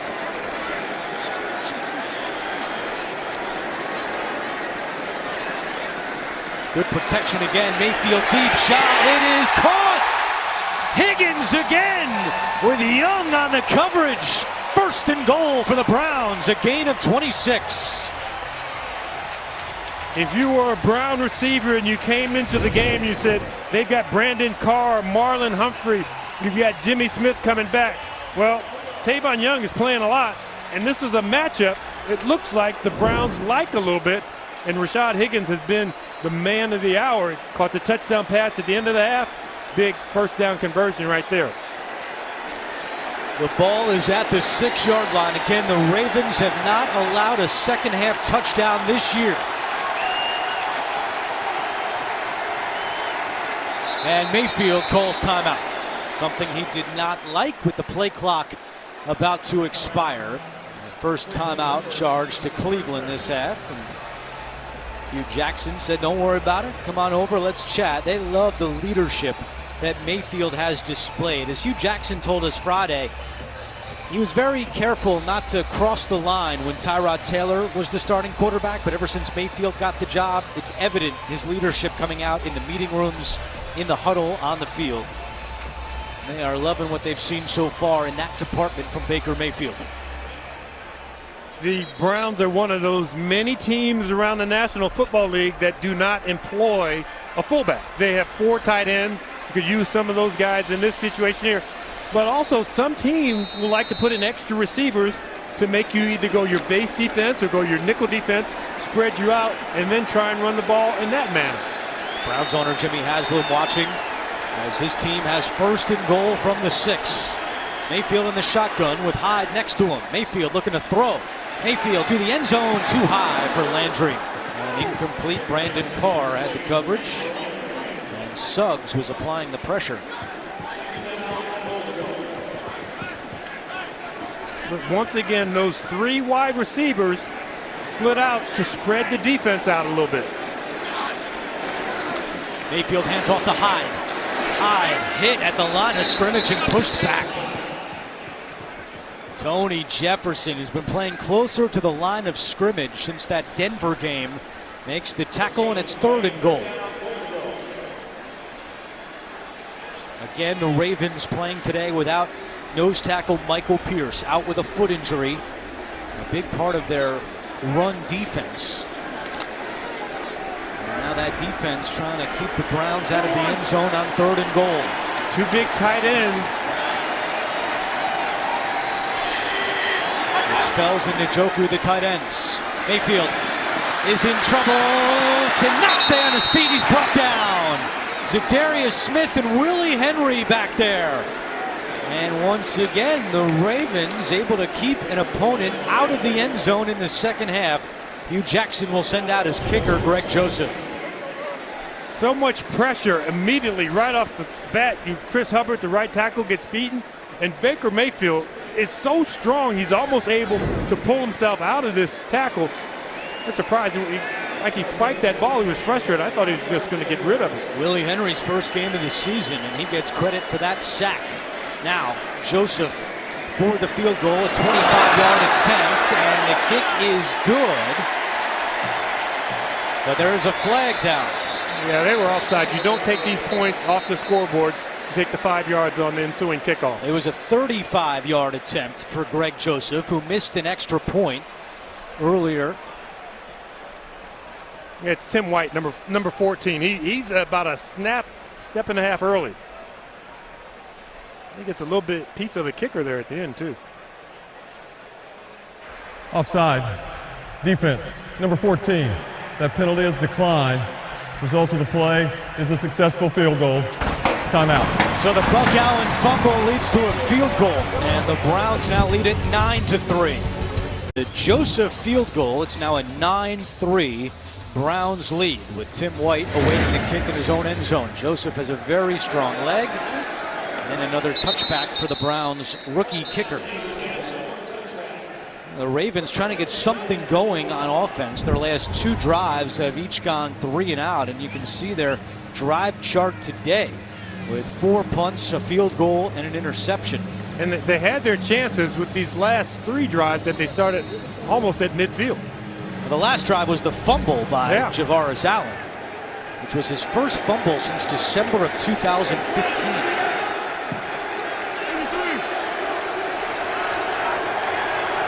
Alex Collins in at running back with a flag down on 1st and 10. Flacco to Collins, and Schobert brings him down. Myles Garrett may have jumped.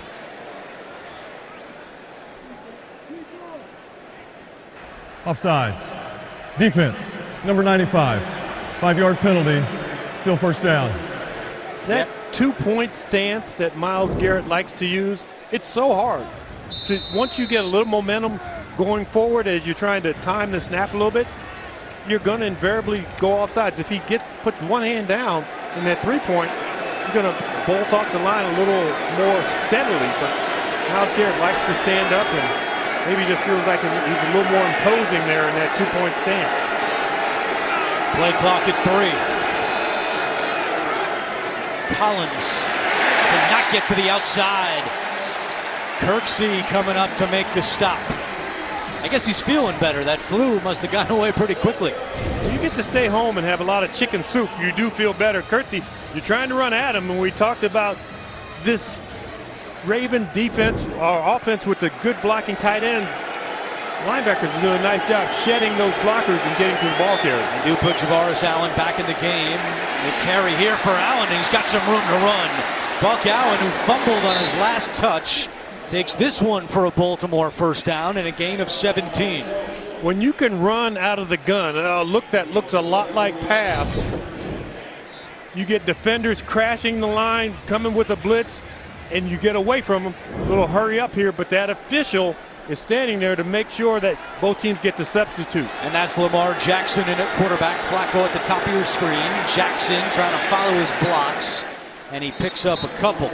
Meanwhile, on the Baltimore sideline, it appears that Alex Collins is a little shaken up. The Baltimore training staff is taking a look at Collins on the bench. So Jackson comes out. And it's Javaris Allen remaining in the game, although Allen now lined up as a wideout at the bottom of your screen. The third running back is DeLance Turner. Flacco completes it right over the middle, and that's good for another Baltimore first down. Nick Boyle with a 10-yard gain.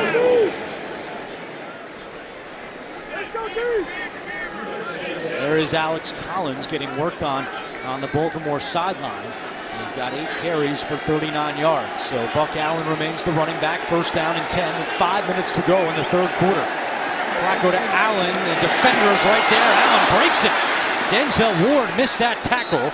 And then Buck Allen is wrestled down by Coley and Kirksey, but Ward had a chance to throw Allen for a loss. Yeah, Ward came in with a big shoulder hit. You still got to wrap these backs up because, you know, you're 185, 90 pounds. You hit them with the shoulder, they just bounce off of you, and they keep going. Yeah, he's listed at 190, but Denzel Ward told us Friday he hasn't weighed 190 since the beginning of training camp. He's lost some weight since the season has begun. Lance Turner in at running back. Flacco to Willie Snead, crossing right over the middle, and Snead nearly broke that one for more. But a gain of 13. And so Ward's had a productive day here, the rookie out of Ohio State. On the coverage, had the interception, and also blocked the field goal to close out the first half.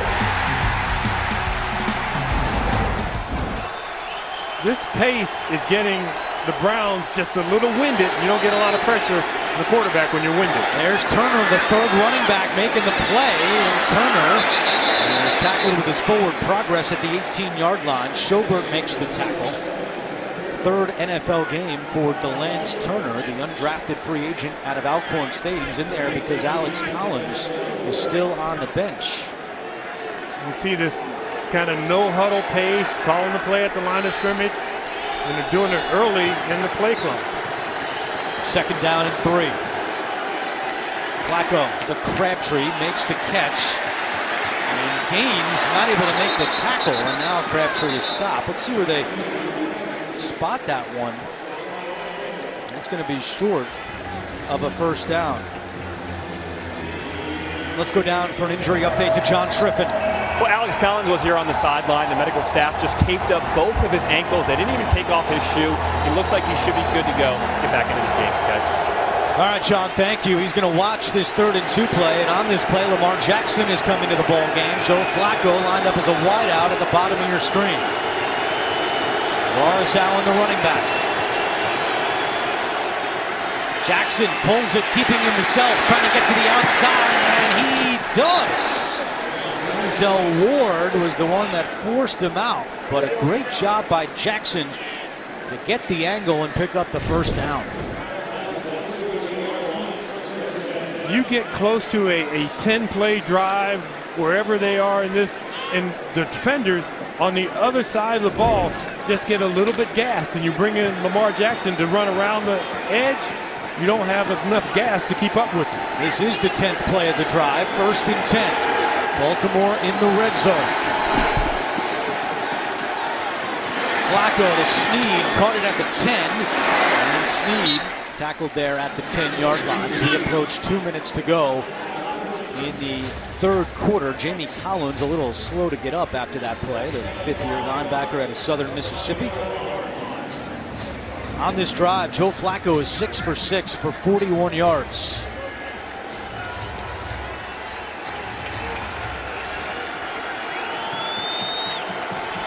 John Brown coming back in the game. We'll see how they try and use his speed to affect the defense when he's right there in the slot.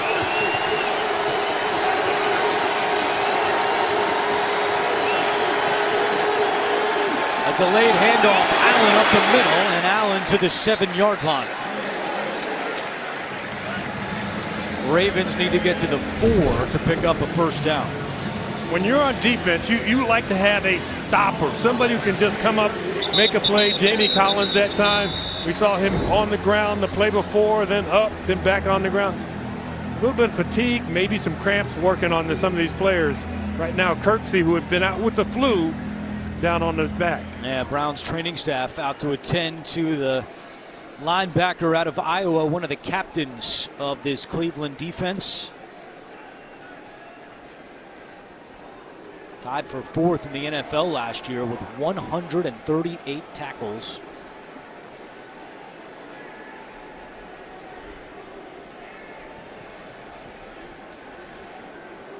And let's take another look. See if we can pick up what happened to Kirksey. Top right of your screen. He's going to be coming into your picture in that direction.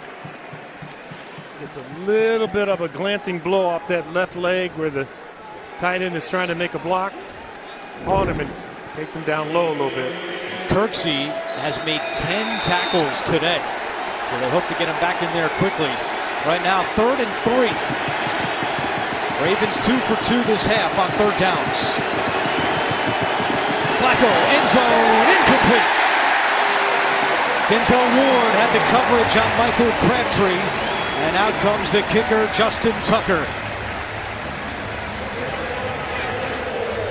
That's really nice coverage by Denzel Ward on the bigger, more physical Michael Crabtree, because he doesn't give Flacco a real clear lane to throw the ball in. A lot of traffic coming inside with Michael Crabtree. So Tucker's last field goal attempt was blocked by Denzel Ward. This one from 25 yards away. You want to stay on side because it's 4th and 3.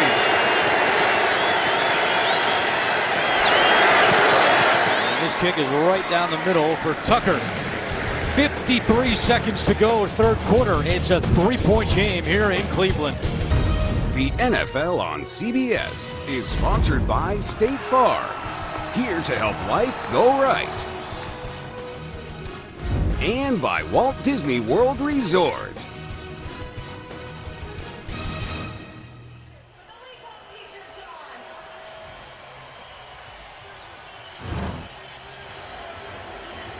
Well, there's one Hall of Fame in Ohio, at least, that James is not in. That was the Rock and Roll Hall of Fame. You've heard him sing. It's not pretty. Not going to happen. Stay there in Canton. Final minute of the third quarter. Tucker with a touchback. Carlos Hyde today, 12 carries, 48 yards. His long run was 17 yards. Came into the game tied for first in the NFL with 5 rushing touchdowns. And he came into the game with 83 carries, so he's touching the ball from the running back position 20 times per game. 12, he's over halfway there. And if the Browns want to continue to kind of manage this game and give their quarterback a chance to make some big plays, they need to continue to lean on this run game. 180. Mayfield with a play fake. Mayfield, pocket collapsing, and he's down. Terrell Suggs with the sack of Baker Mayfield. 3.5 sacks on the season for Suggs, and now 129 in his illustrious career. And that sack is more coverage than it is just straight pressure. Sure, there's pressure there. Baker Mayfield, what we're starting to notice is that when he gets pressure in that pocket, he kind of wants to escape to his left side. He turns that way initially. A lot of quarterbacks have a signature move. We can see him moving to his left a little bit, trying to escape the pocket so far. He now has 19 sacks in his career, which is 15% of his total against the Browns. Mayfield scrambling and sliding to the 32-yard line. And that will take us to the end of the third quarter. A 10-yard run for Baker Mayfield. Browns 9, Ravens 6. You're watching the NFL on CBS. The fourth quarter here in Cleveland with our producer Steve McKee, director Andy Goldberg, James Lofton, John Schriffen, our entire crew. I'm Andrew Catalon. The Browns have a 3-point lead, trying to win on Sunday for the first time since December of 2015 against the 49ers. They open up the quarter with 3rd down and 5. Mayfield, pocket collapsing again. Suggs couldn't get him. Mayfield now on the run. Mayfield chases a flat down. Mayfield's able to pick up the first down, and he's still going. Now hit by Weddle out of bounds. But let's see, this one might be coming back. That was a great run by Mayfield. It might be coming back, but that's a highlight reel performance on 3rd down from Mayfield. 17-yard run for Baker Mayfield on 3rd and 5. And Terrell Suggs hasn't moved. He thinks it's coming back. You know, Terrell Suggs took the power rush to Desmond Harrison there and just rocked him right back into the quarterback and almost had a hand on Mayfield. Offense. 10-yard penalty from the previous spot. Still 3rd down. They don't give a number, but we do believe it was the rookie Harrison matched up with Suggs. And right there, Suggs just marches him straight back. Watch his hand come over. Almost has a handful of Baker Mayfield's jersey. Spins out of it. Nice job switching the ball to his left hand, too. That's impressive. It's now 8 penalties for 51 yards against the Browns, and there's still no accepted penalties against the Ravens. 3rd down and 15. A little bit now. Be careful with the football. Should have been the last instructions that Todd Haley gave to Baker Mayfield after he gave him the play call. Landry goes in motion. Mayfield to Njoku. Has a little room to run. Njoku trying to turn it upfield, and he is tackled just short of a 1st down. It's a yard shy for Njoku. And Hugh Jackson will send out his punter, Britton Colquitt. Boy, you look like you had something. You get the ball on a little spin route to your big physical tight end. Now bury your shoulders and get us the 1st down. Come on. Good tackle there by Anthony Levine. Tackling Njoku a yard shy of the sticks. Colquitt punting to Tim White. White lets it bounce at the 9, and it's picked up by White. He's going to run with it. That was a smart play by Tim White. He took him from out of the 3-yard line up to the 13. Really heads-up play by White. Yet another close game for the Browns. Their first 4 games have been decided by a total of 10 points. They lead this one by 3, early stages, 4th quarter.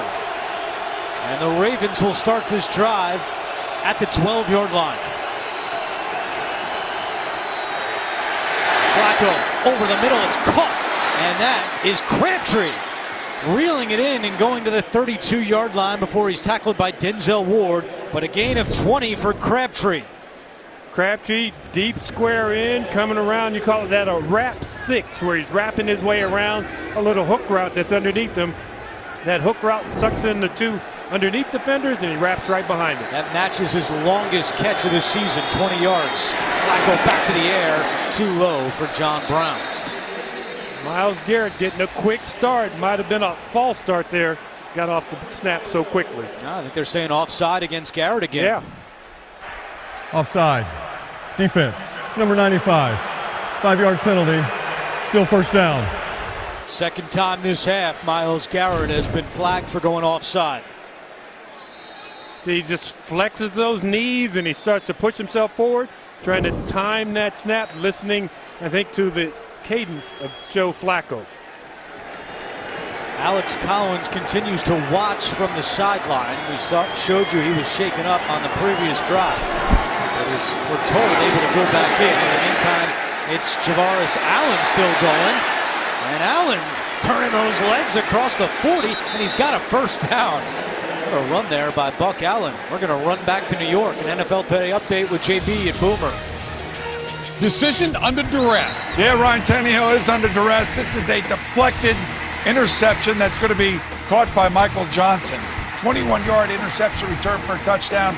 Mind you, the Bengals were down 17-0. They fought all the way back to tie the game at 17. Back to Andrew Catalan. Pair of 3-1 teams there. Thank you, guys. As Flacco's pass over the middle is incomplete. TJ Carey had the tight coverage on Willie Snead.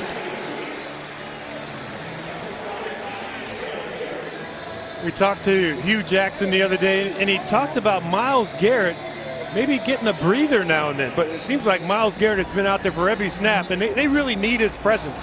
In a game this tight where if you don't get pressure on the quarterback, he's going to be able to load it up and throw deep. So Myles Garrett understands that. Been off sides twice because he realizes he needs to get constant pressure on Joe Flacco when it's a pass. Second down and 10.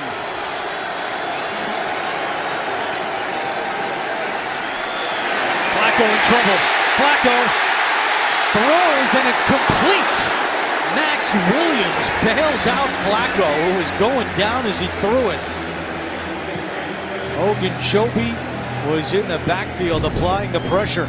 It's nice to be 6'6", 245 pounds like Joe Flacco is, because they had him, this used to be in the grass, but there's no longer, you don't hear that call anymore. Joe Flacco was able to pull out of it and make a little bit of nothing out of what would have been something for the Browns if it had gotten a sack there. Yeah, just a 1-yard gain, but avoiding the sack. It's now 3rd and 9. Flacco over the middle, nearly picked off. E.J. Gaines got his hands on that one. It's 4th down, and Sam Cook comes out to punt. And the Browns sideline was incensed. They thought that Ronnie Stanley, the left tackle, came out of his stance just a little bit early. Joe Flacco, you see him climbing the pocket. And this is the same thing that happened to Baker Mayfield early. He expected his receiver to continue. That time the receiver stopped. Defensive back almost came up with a pick there. Peppers back deep. Cook bounces at the 10 and goes in at the end zone. A touchback with 11:33 to go. Cleveland still in front by 3. The NFL on CBS is sponsored by Honda. Awarded Best SUV Brand by U.S. News. Uber. Doors are always opening.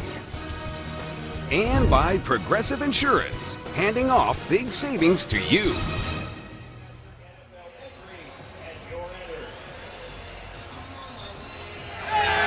Browns were upset on that last third down play that Ronnie Stanley was not called for a false start. They've got a legitimate gripe. There he is there. He's going to move just a little early with the threat of Myles Garrett on the outside. Still no accepted penalties against the Ravens today. Browns offense goes back to work with Carlos Hyde up the middle for a 4-yard gain. One thing the Browns talked a lot about this week was finishing games. They were in position last week in Oakland. They were up 8 late in the fourth quarter. And Oakland was able to come back and win in overtime. And this is the point with such a young team especially that it's hard to put these games away. That's what they're trying to do right here. 11 minutes to go, fourth quarter. Second down and 6. Right back on the ground. Right up the middle. And right to the chains. That's good for a Cleveland first down. Kenny Young on the tackle.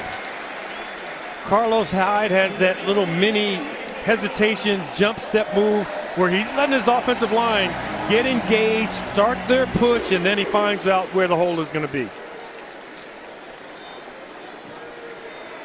The corners right now for the Ravens are Carr and Humphrey. Jimmy Smith watching from the sideline in his season debut. Third straight run. This time not much doing. We're going to go back to New York. Another NFL Today update with JB and Boomer. The Wi-Fi connection, Boom. Well, you know, JB, Ben Roethlisberger and Antonio Brown are always connected. Sometimes it's bad, sometimes it's good, but today it's really good. That's the second touchdown pass to Antonio Brown. Ben Roethlisberger, 17-26, 235 yards and 3 TDs. Steelers extend their lead to 34-17 over the Falcons. Andrew and James always have a strong connection, aided by John Shriffen today. Back to Andrew. The Wi-Fi is strong here in Cleveland, JB. Thank you very much. It's second down and 9. Callaway in motion. Mayfield looking to throw, incomplete. Landry was open, and those two not on the same page. There's Rashard Higgins leaving. Let's go down to John Shriffen with an injury update. Just saw Higgins. He was in the tent, medical tent. Now they're taking him off into the locker room. No word yet as to what the injury could be, but I'm trying to get word from the team. I'll have an injury update for you guys shortly. All right, John, thank you very much. Big third down here for the Browns. 3rd and 9 from their own 31-yard line. Duke Johnson into the game at running back.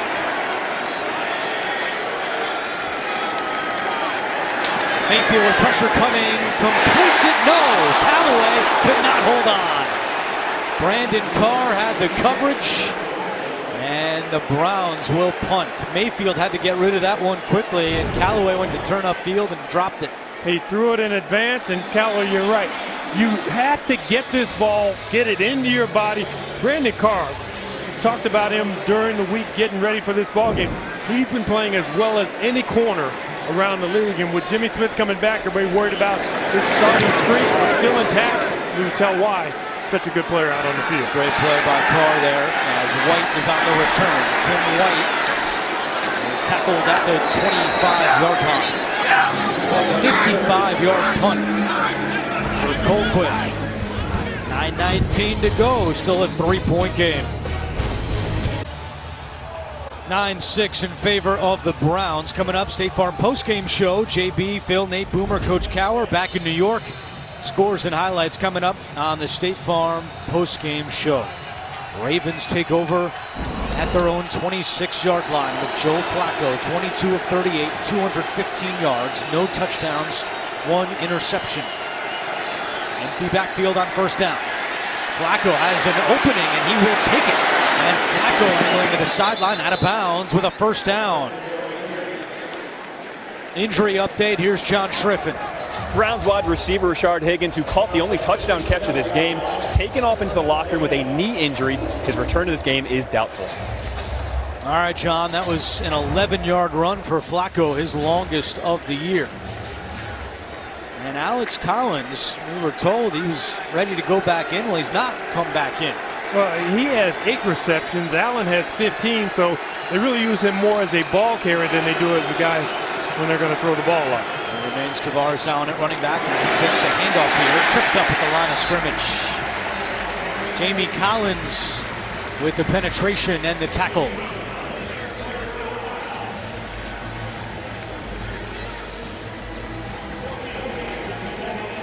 Ravens hustle to the line. Greg Williams calling out the defense on the Browns sideline. 2nd down and 10. Right back to Buck Allen. Allen maybe gets a yard. Jamie Collins again, and now it brings up 3rd down and long. If you're trying to get the edge, you've got to get outside and turn that run back in. But Kirksey does a nice job coming up. Even though he doesn't make the tackle, he makes the running back stop, gather his feet, lets the pursuit come in and do their job. 9th tackle for Collins.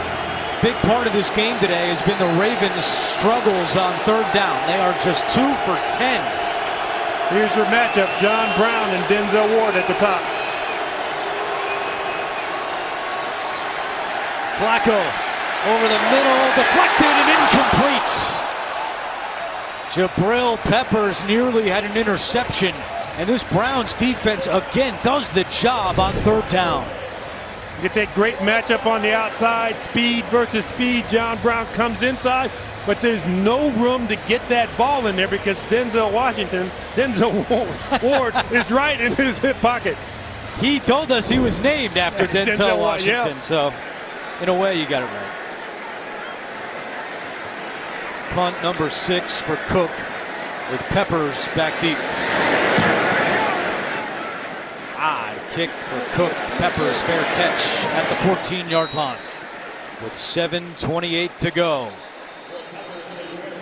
Every game the Browns have played in has been decided by 4 points or fewer, and they've had some real close calls. Week 1 against Pittsburgh. Gonzalez, potential game winner blocked in New Orleans. Gonzalez missed 4 kicks, and then last week, the heartbreaker in overtime. Browns could easily be 4-0 at this stage of the game. Instead, they're 1-2-1, trying to close out the Ravens and pick up their first AFC North win since October of 2015 in Baltimore.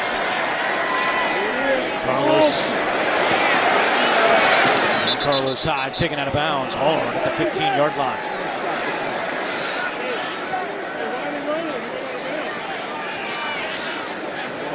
Time continues to tick, 7:15 to go. That outside run, Andrew, there, that only gained 2 yards, it does something else. Makes the defensive lineman chase a little bit. You're getting a little tired late in the ballgame. So when you can run outside and get those defensive linemen chasing, it slows down the pass rush. It's going to come on 3rd down. Mayfield, quick pass to Callaway. He's got some room. Callaway hit right at the chains by Tavon Young, but it's good for a Cleveland 1st down. A rookie out of Florida with his 2nd catch today. You've got to love what Callaway does at the tail end of this play because there's no nonsense. You don't know where the 1st down marker is. You know it's a straight line to get as much distance as you can down the field. Puts his shoulders down and runs over the defensive back. The Ravens continue to rotate their corners. Marlon Humphrey's on the sideline right now. It's Carr and Smith out there for Baltimore. Carlos Hyde. Leno coming up to make the hit, and the flag comes in.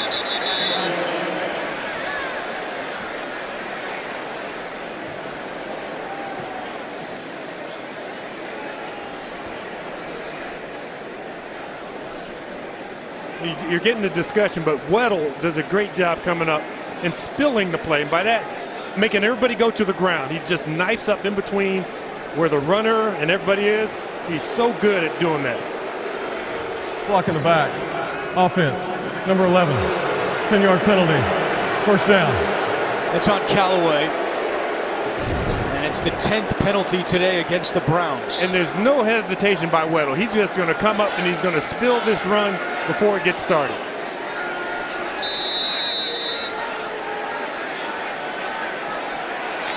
Ravens have never had a game in franchise history where they haven't been penalized. Well, there's 6 minutes to go, and they still have not had an accepted penalty against them. 10 for 66 yards against the Browns. This one makes it 1st and 20. Young coming on a blitz.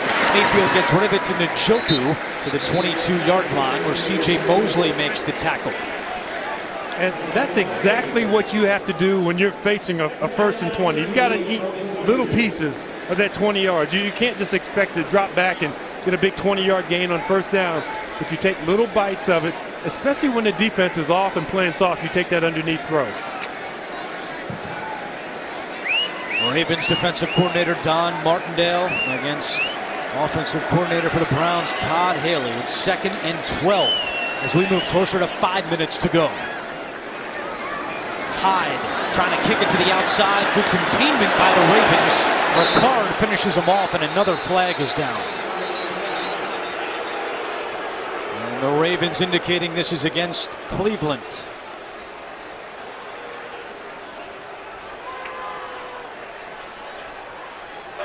Holding. Offense. Number 74. That penalty is declined. 3rd down. We'd like to welcome those of you who are watching the Jaguars take on the Chiefs. Andrew Catalon, James Lofton, John Triffin here in Cleveland. The first home start for Baker Mayfield. And his Browns have a 9-6 lead on the Baltimore Ravens.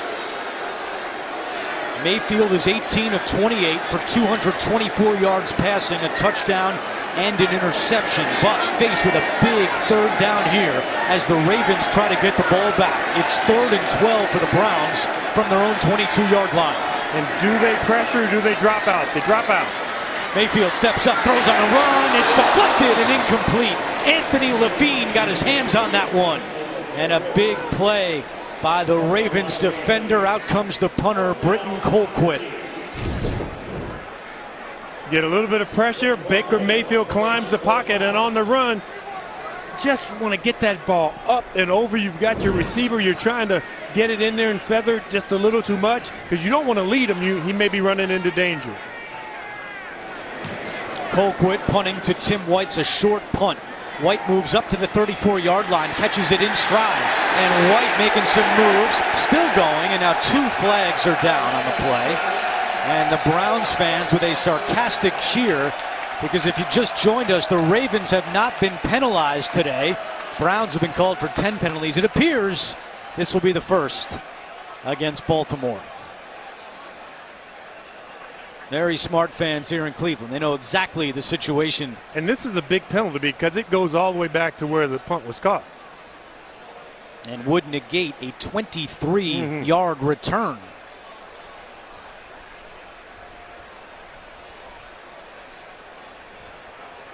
Looked like Kenny Young had a block in the back as the referee today, Clay Martin, trying to sort this out with his crew. Yeah, the fans don't like the time that it's taken to get this call done. During the return, illegal block in the back. Receiving team, number 40. 10-yard penalty from the spot of the foul. 1st down. And a huge cheer from the fans here in Cleveland. First penalty today against the Ravens. It comes with 4:29 to go in the 4th quarter. Something to keep in mind, there has been at least one overtime every week this year. There's never been at least one overtime game in the first 5 weeks of a season. Could be headed in that direction as Joe Flacco gets the ball back down by 3.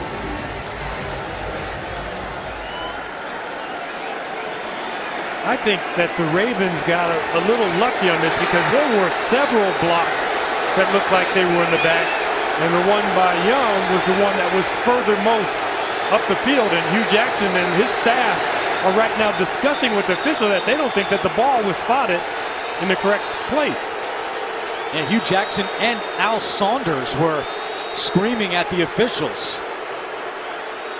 Al Saunders, longtime NFL assistant, now a part of this Cleveland staff. The penalty was correctly administered from the spot of the foul. 1st down.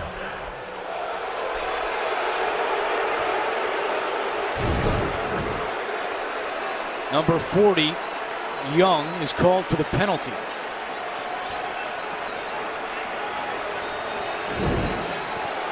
So the ball spotted at the 34-yard line. 4:29 to go. All 3 timeouts left for the Ravens. Flacco to Crabtree. He's got it at the 41. And tackled right there by E.J. Gaines, who's starting today for the injured Terrence Mitchell. A gain of 6 for Crabtree.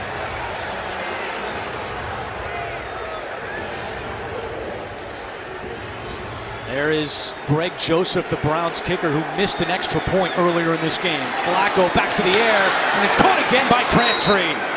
Gaines had the coverage, but Crabtree heating up. A gain of 19 for the veteran wide receiver. I'd like to welcome those of you who saw the Titans take on the Bills. Andrew Catalon, James Lofton, John Shriffen, Gene Steratore, our entire crew here in Cleveland. Ravens down by 3 with 3:40 to go. From the 41 of the Browns, Flacco right back to the air, caught by Allen. Allen slips a tackle. Allen to the 35 and still moving his legs. And finally, forward progress stopped, and a late flag comes in.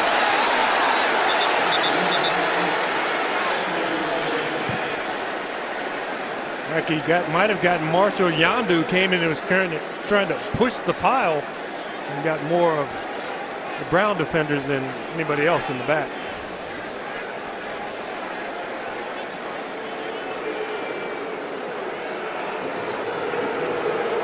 It was Skura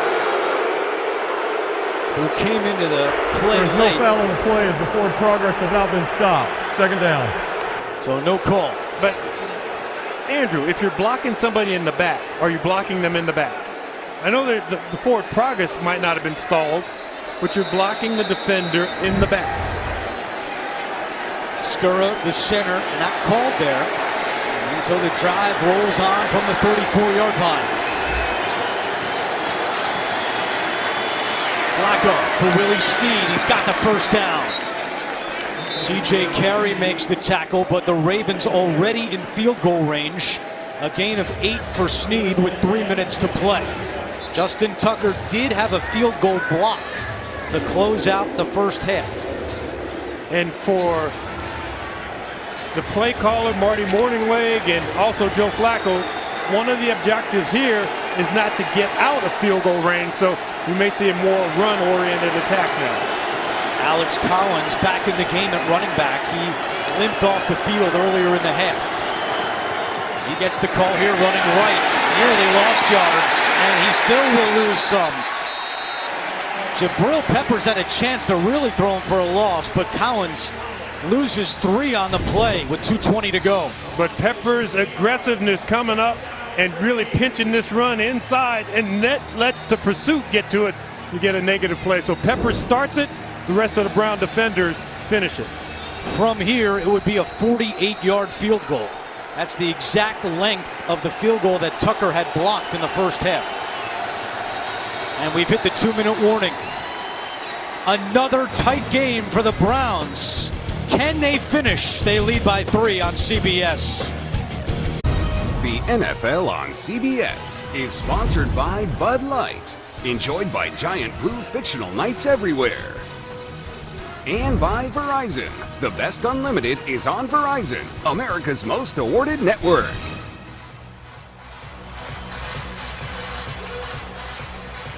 Two minutes to go in Cleveland. The Browns in Baker Mayfield's first home start have a 9-6 lead over the Ravens. 26 times in his career, Joe Flacco has had a fourth quarter or overtime game-winning drive. 6 of the 26 against the Browns. Justin Tucker staying loose on the sideline. The ball is at the 30-yard line. It's 2nd and 13. Tight end versus linebacker down at the bottom. Flacco out of the shotgun. On the move, rolling right, throws incomplete. John Brown, the intended target. It's 3rd down.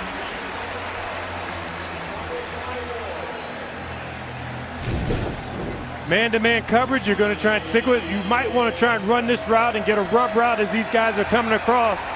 But they do a nice job in navigating through all the traffic the defenders do, and there's nobody running free for Joe Flacco to throw the football to. Browns defense has been excellent on 3rd downs today. The Ravens are just 2 for 11 on 3rd downs. Baltimore came in with the 6th best 3rd down offense. Pressure's coming. Flacco gets rid of it. A screen to Allen. Allen has some room. Buck Allen inside the 20. Still going at the 15 and dragged out at the 14. Good for a Baltimore first down. A gain of 16 on 3rd and 12. Marty Morningweg took the aggressiveness of Greg Williams and turned it against him. when you blitz and you run away from where the screen is coming, you've got no defenders down the field to stop that play. Great play call, but also really good execution.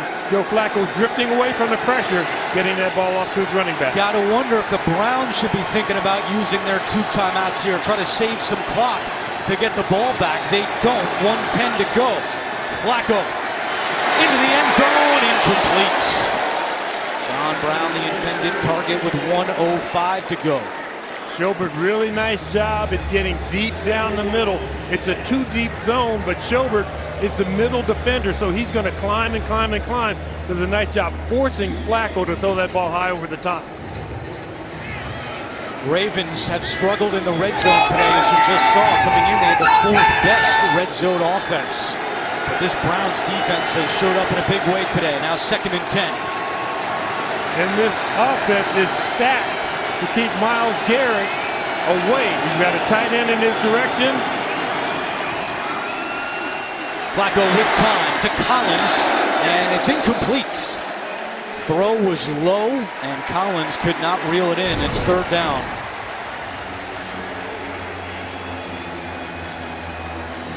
Now low, but catchable. Collins should have had that one.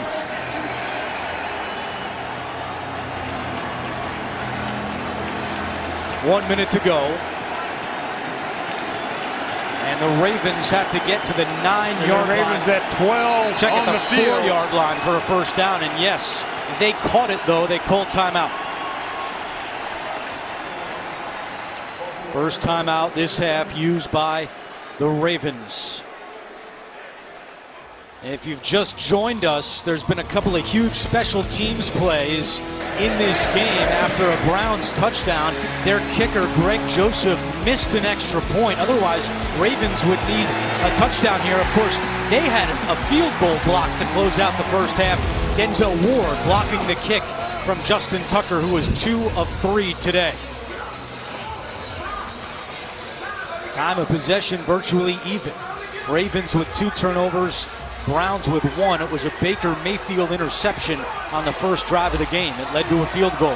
And one of the turnovers from the Ravens was down inside the 10-yard line, where they gave the ball up and they looked like they were going to get a score, either a field goal or a touchdown. It's 3rd down and 10. Empty backfield for Flacco.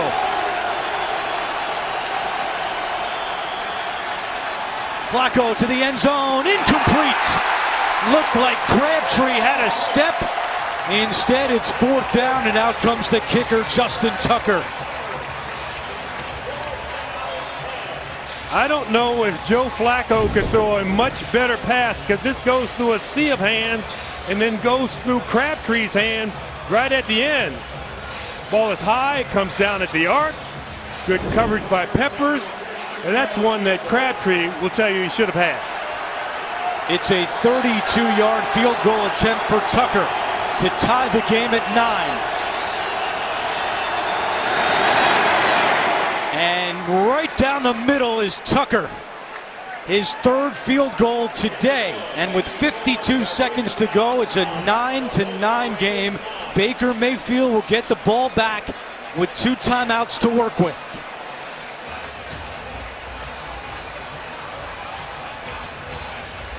Baker Mayfield had a similar scenario at the end of the first half. He was able to move his team down, a lot of chunk plays. They were aggressive, they went for it.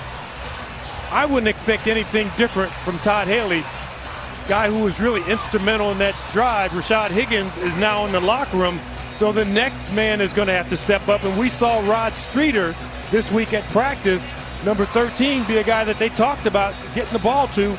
He hasn't been a factor in today's ball game so far. Coming up, State Farm postgame show. JB, Phil, Nate Boomer, Coach Cower. All the latest NFL scores and highlights coming up on the State Farm postgame show.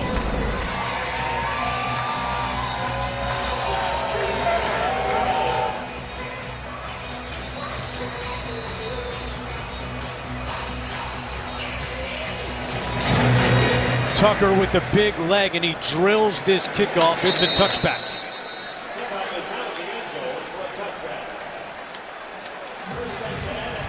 In all of our meetings with the Browns on Friday, meeting with Baker Mayfield, Todd Haley, Hugh Jackson, they all said that Baker Mayfield does not flinch. He lives for moments like this, and he's got an opportunity right now to lead his team down the field and try to get in field goal range. Now, there's a bit of an unknown with this kicker, Greg Joseph, playing in just his third NFL game.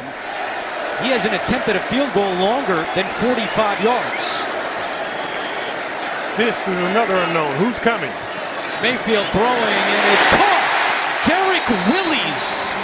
That is his first NFL catch. A gain of 13 for the rookie out of Texas Tech. On the last possession, remember when Baker Mayfield was climbing in the pocket? He was trying to get the ball to Willis. Willis should have this ball on the outside arm so that the defender cannot punch it out as easily as he did.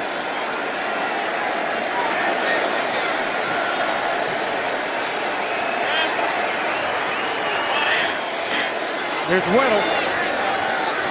Mayfield with pressure coming, incomplete. Was looking for Njoku. Now going back to the kicker, Greg Joseph, we asked Hugh Jackson, what's your comfort level with him kicking a 50-yard field goal? And he goes, I think he can do it. But again, here's a guy that was a soccer player growing up, went to Florida Atlantic as a walk-on. In his career was a 69% college kicker. Spent training camp with the Dolphins, was cut. And then when the Browns cut Zane Gonzalez after week 2, he joined Cleveland. There's Jarvis Landry right there in the slot. Mayfield, and it's caught by Njoku. Out to the 46-yard line. A new career high in receptions for Njoku with 6. And Hugh Jackson calls timeout with 38 seconds to go. As you mature as a team, as you work through these situations, you are well aware that second down pass completion, you can then spike the ball on a third down and get the field goal unit on the team to kick it on fourth down. Obviously, if you get a completion on third down that's not a first down, you've got to have the run-on attempt, or you've got to have a field goal in your a timeout in your pocket to be able to attempt that field goal. Third down and 2.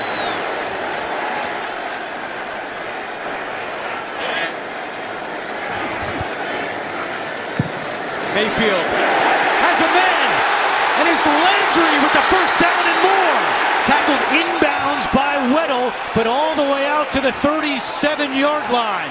A 17-yard pickup for Landry. They don't call their timeout. They hustle to the line. 20 seconds to go. And Mayfield clocks it with 16 seconds on the clock. Jarvis Landry's aggressiveness, his willingness to be the tough guy, got the best of him right there. He's along the boundary, step out of bounds. You probably save your team 15 to 20 seconds. Just step out. You don't have to try and run over Eric Weddle. We all know how tough you are. We vote for you. We put you on the all-pro team as a slot receiver. But get out of bounds there. Save your team time on the clock. Todd Haley told us Friday sometimes Landry tries to be Superman, and that was an example of it right there. Second down and 10. From here, it's a 55-yard field goal.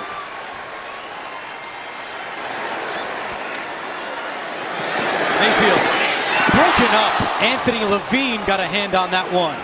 Pass was intended for the tight end Njoku. 12 seconds to go. Outstanding understanding the situation. Levine, who has coverage behind, and Jefferson realizes all he has to do is play underneath. Got his hands up near the ball, and Njoku couldn't come down with it. See how Hugh Jackson plays it here.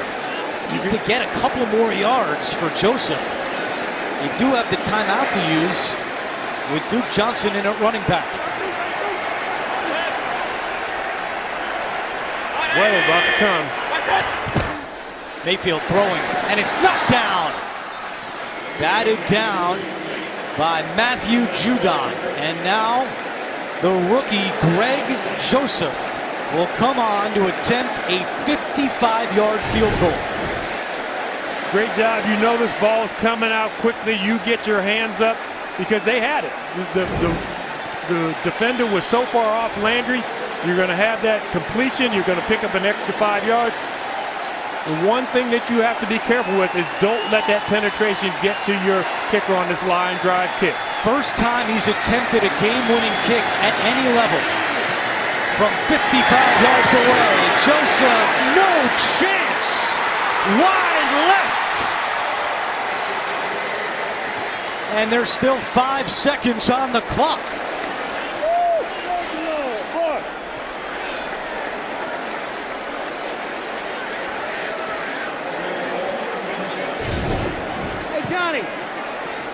I mean, he hits it with good velocity. The distance is there, but just a little pull to the left. Now, as we look on the other side of the ball, in the 45-yard line, you pick up 10 yards, you've got a chance for Justin Tucker, who hit from 64 during warm-ups that we saw, to launch a big long one. We watched Tucker in warm-ups hit from 64. His career long is 61. The question here is, with just 5 seconds, do you even have time to get those extra yards? And it looks like the Ravens are not even going to try. They're just going to take a knee. And no, they're not. They're running a play. It's Collins, and Collins to the 45 and still going, and now he is taken down. All right. Interesting end to regulation. But for the 5th straight week in the NFL, we're going to have an overtime game. Ravens 9, Browns 9, as we go to overtime. How about this last play, James Lofton? Well, it's kind of like the old fumble-rooski that you used to see Nebraska running the old, but Flacco just hands it off to him, puts it in his belly. And you walk through these plays all the time. You never run them at full speed. You don't run them at full speed during the preseason or training camp. It's always in shorts and T-shirts and hats.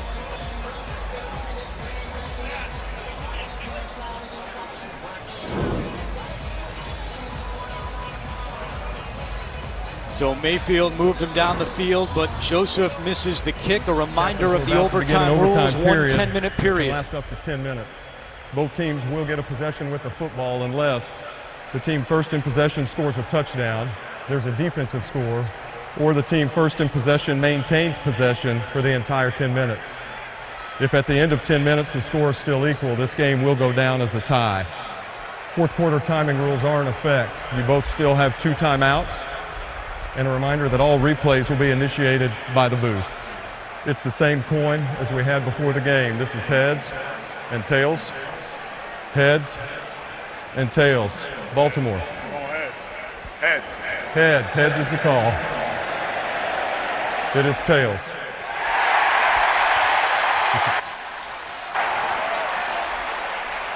Cleveland is 1. So the Browns will get the ball to begin overtime. Their 3rd overtime game this year. Can Baker Mayfield lead them to a victory? Find out when we come back. Baker Mayfield and the Browns will get the football first in overtime. Tied at 9 with the Ravens. Joe Flacco, 17-2 in his career against the Browns. But as he told us last night, these games never come easy, and they knew the Browns are a different team this year. Cleveland's issue has been finishing games, and they do it today. Tucker, another touchback. And so the Browns will get the ball at the 25-yard line.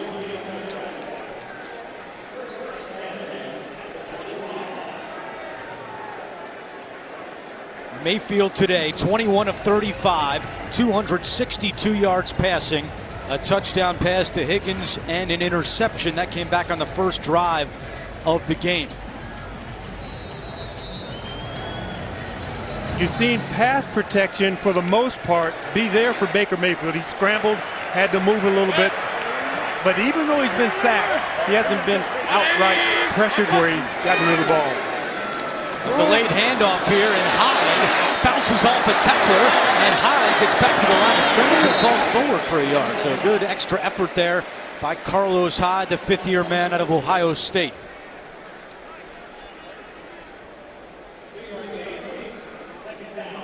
I'd like to welcome those of you who saw the game between Denver and the New York Jets with James Lofton, John Schriffen, Gene Steratore back in New York, our entire crew. I'm Andrew Catalon. We thank you for joining us. We're in overtime here. Ravens and Browns tied at 9. 2nd down and 8 with Mayfield in the shotgun. Mayfield in trouble, and Mayfield is hit. Sacked on the play. Zadarius Smith, Kenny Young with the pressure in the backfield, and it's third down. Too deep coverage on the back end, but right across here where all the receivers are trying to run, it's just man-to-man, and you don't get away from your guys. You don't get any separation. Everybody's covering up. Baker Mayfield, that pocket just collapses around him, and being only 6 feet tall, you can't really see over the top of him. That's the 5th Baltimore sack today. They had 10 in their first 4 games combined. Third down and 13. Mayfield in trouble again. Steps up, throws on the run, and it is complete to Willies, but it's short of a first down. Anthony Levine had the coverage for the Ravens, and a 3-and-out to begin overtime by Mayfield and the Browns. The Browns, for everything that they've tried to do today, to not turn the ball over when your quarterback is getting harassed in the pocket, there was pressure on each and every down from the first run to both passing attempts. Got to get the ball out and get some good field position here. Colquitt punting to Tim White. It's a good one from Colquitt. White drifting over out of bounds inside the 15, but there is a flag down. Back close to the line of scrimmage. Colquitt saying, please don't take this punt away from me. A 56-yard punt.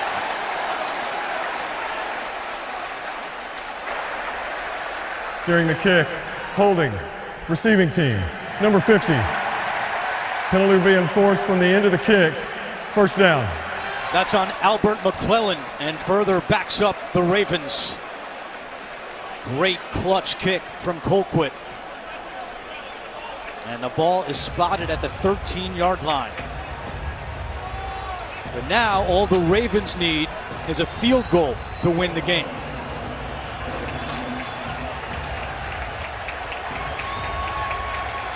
Been a great crowd here in Cleveland all day long, energized by the play of their Browns in the first home start by Baker Mayfield. And their defense has been spot on today. But they need them again with 7:57 to go in OT. The ball is actually at the 6-yard line. First down and 10. John Brown there in the slot, dangerous man.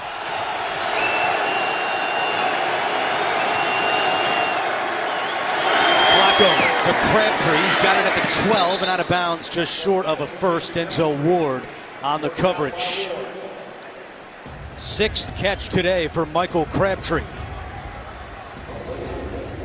Next score wins the game here in OT as the Ravens try to run their record to 4-1.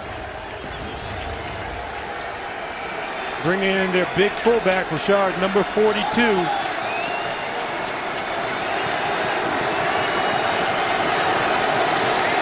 Second down and 2. Collins has the first down. Collins at the 20 and brought down at the 21.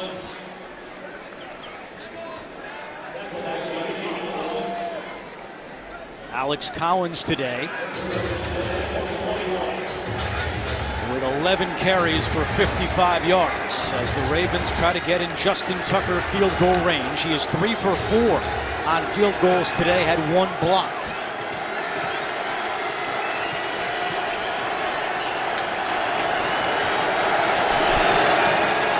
Play fake. Flacco. Buying some time. Flacco now throws, and it's incomplete. And there was a defender, E.J. Gaines, in the vicinity of that pass.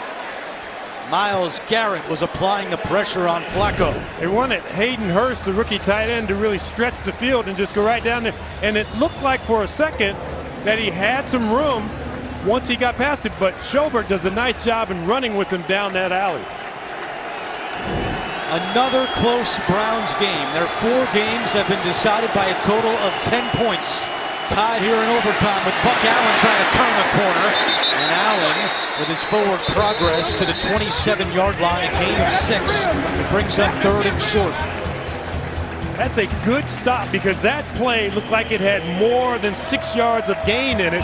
And right there at the point of contact, he gets knocked directly back. So nice job by Demarius Randall coming up from his safety position. Key stat in this ball game has been the Ravens on 3rd down, just 3 of 13. They came in 6th best in the NFL. Can they convert here on 3rd and 4?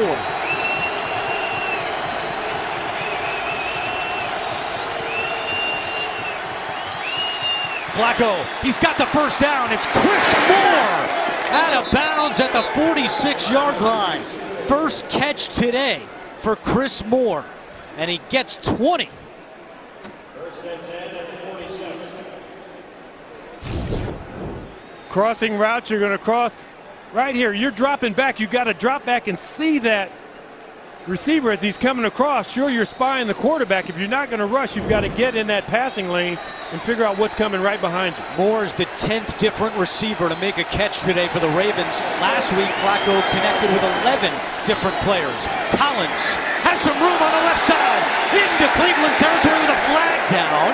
And Collins down at the 36. But what's the flag? Chris Moore, who made the big catch, I think had a big block, but it happened to be in the back. Collins had a lot of daylight on that run. And now our referee, Clay Martin, huddles up. If it stands, it would be a 17-yard gain. And it would put the Ravens right on the edge of their field goal range, obviously.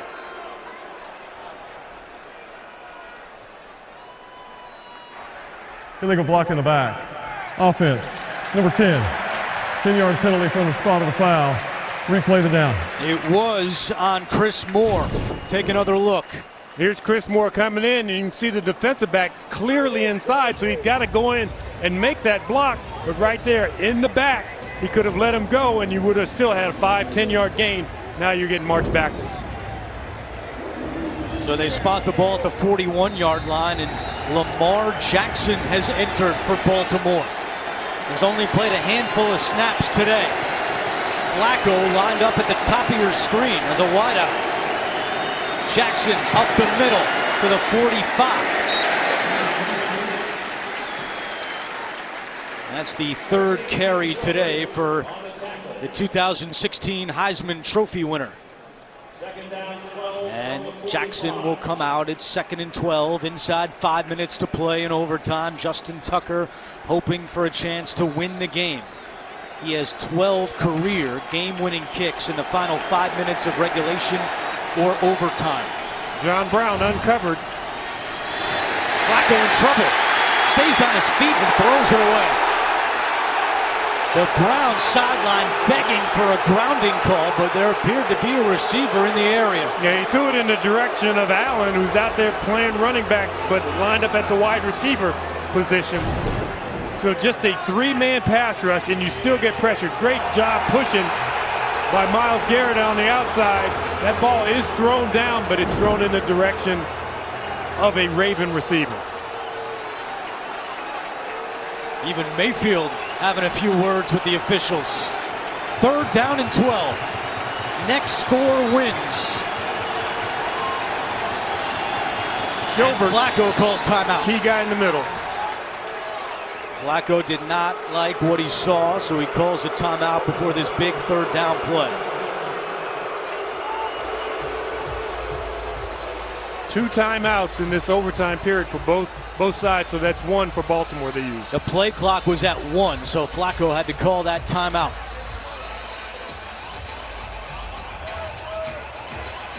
Baker Mayfield hoping for another chance.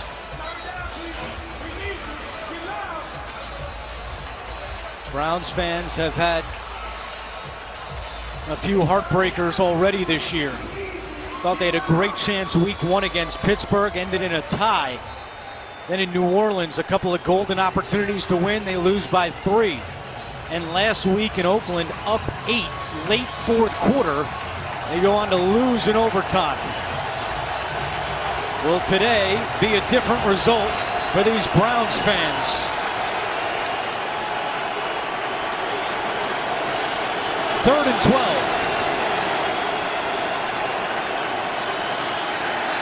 Flacco over the middle, incomplete. Looking for Willie Snead. It's 4th down, and John Harbaugh sends out his punter, Sam Cook. TJ Carey does a great job understanding behind him. He's got 2 deep safeties. All he has to do is make sure that he's underneath the wide receiver as he's coming in, and he does that. Joe Flacco getting just enough heat in his face where there's nowhere to drop that ball in. Peppers back deep to receive the punt from Cook. And Peppers with a fair catch at the 13-yard line. 4:20 to go. The Browns have 2 timeouts, and back onto the field comes Baker Mayfield. See his numbers: 22 of 36, 271 yards, touchdown, and an interception. It's been since December of 2015 since the Browns won a game on a Sunday. Remember, their win earlier this year against the Jets was Thursday night, and their win against the Chargers in 2016 was a Saturday. So trying to send the fans home happy on a Sunday for the first time in 37 games. Jarvis Landry next to Mayfield on first down. Mayfield with pressure coming, gets rid of it. Wide open over there is Landry with a flag down. Landry cuts it back, and he's tackled by Mosley, but a flag is down in the backfield. And that could be roughing the passer against Baltimore. He might tack on some more yards. Personal foul, roughing the passer. Defense, number 23. 15 yards out to the end of the play. First down. Pretty mild takedown there at the end to get a roughing the passer call. But a nice job by Baker Mayfield. He's looking left. Has all his attention going left, and then being able to scan back to the right and find a wide open Jarvis Landry. And that time, with plenty of time on the clock, I like the way that Jarvis Landry finished that run. So with the penalty, Cleveland already in Baltimore territory from the 45-yard line.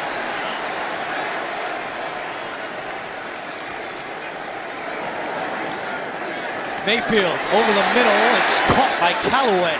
A 5-yard pickup to the 39. There is the rookie Greg Joseph, who had a chance to put the Browns ahead late in the fourth quarter. He missed well left from 55 yards. From here, it would be 57 yards. 4 down, 5-7. Jarvis Landry, Tavon Young right there in the slot. Mayfield, and incomplete. Was looking for Derek Willis, and Marlon Humphrey had the coverage. 3:32 to go in overtime. Derek Willis, number 84, has been thrown directly into the fire. You're talking about, it's nice to kind of ease into the lineup, into the flow of play, but now to go in when everything is on the line and you've got to be able to run the right route, make the right adjustment. Tough spot for a rookie. Fans on their feet in Cleveland. The Browns faced with 3rd down and 5.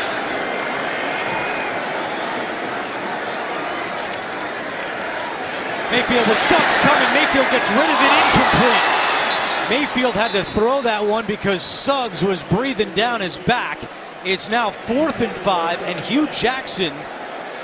He's waving the offense on. He's saying stay out there. 57 yards from here. Joseph missed way left from 55 at the end of regulation, so Jackson's not even going to take a chance. We've seen it from Mike Vrabel and the Titans. We've seen it from the Indianapolis Colts and Frank Wright going for it, being aggressive, going for the win, not playing for the tie. Play clock at 3. Mayfield looking deep, and a lot of contact. No flags. That should have at least been illegal contact. Yes, the ball sailed well over his head, but they just leveled Jarvis Landry. Brandon Carr, Tavon Young were mixed up with Landry, who can't believe there wasn't a penalty. They just showed it on the big board here in Cleveland. Let's take another look ourselves. Pass interference is one thing, but we're talking about 12 yards down the field contact. Wow. Wow. Brandon Carr was not looking back for the ball. He was playing through the receiver. And Browns fans are fed up because last week in Oakland, a couple of calls did not go their way that should have. In fact, the NFL There's no foul corrected on the one. play as the ball was ruled uncatchable. Baltimore will take over on downs. if you're going to knock somebody down, the ball is going to be uncatchable. It does sail out of bounds, but you're going to get this route here inside and then coming here on the outside. You just take him off his feet. Now, yeah, the ball sails well out of bounds, but illegal contact is still a call that you can make at that point. And the Ravens take over with great field position. They've got the ball at the 39-yard line. They don't need much to get into Tucker field goal range. Flacco batted down. It was Jannard Avery, the rookie out of Memphis, who got a hand on that one. We saw Jannard Avery Friday at practice, and he has an unstoppable motor. Second pass batted down today, thrown by Flacco. Came in tied for the second most passes batted down in the first month of the year.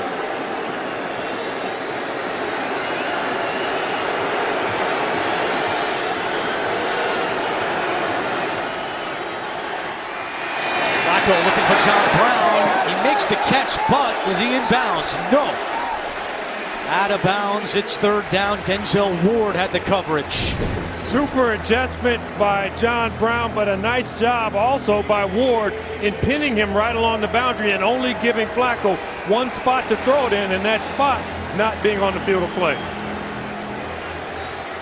The Ravens' first-round pick, Hayden Hurst, who's making his season debut today, missed the first 4 games with a foot injury. He's out there on this third down and 10 play. Flacco, pocket collapsing. Flacco throws. Hurst is tackled, and there's no flag. The Ravens thought maybe they were going to get a penalty flag there.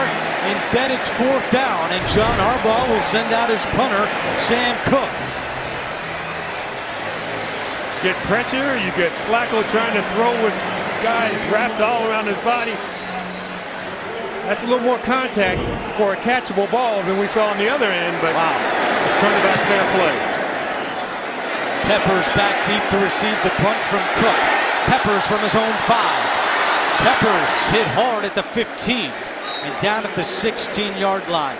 Let's go back to New York. Our rules analyst, Gene Steratore. And Gene, we want to go back to that fourth down play where Jarvis Landry looked like there could have been a penalty. They ruled it uncatchable. What did you see on that play, Gene? Yeah, guys, illegal contact, defensive holding. Both of those fouls, excuse me, have to come prior to the pass being thrown. Once the ball's in the air, the only thing we can have then is defensive pass interference.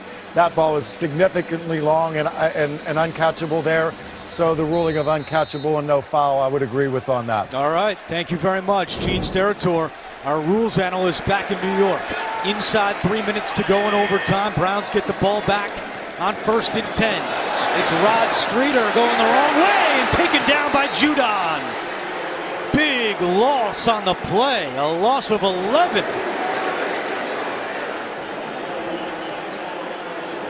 One timeout remaining for Baltimore, so now they're looking at the clock, they're looking at the 2-minute warning, and now they will start to try and factor in all these little things as to when they're going to get the ball back and how much time they'll have on the clock if the Browns cannot manufacture a first down here.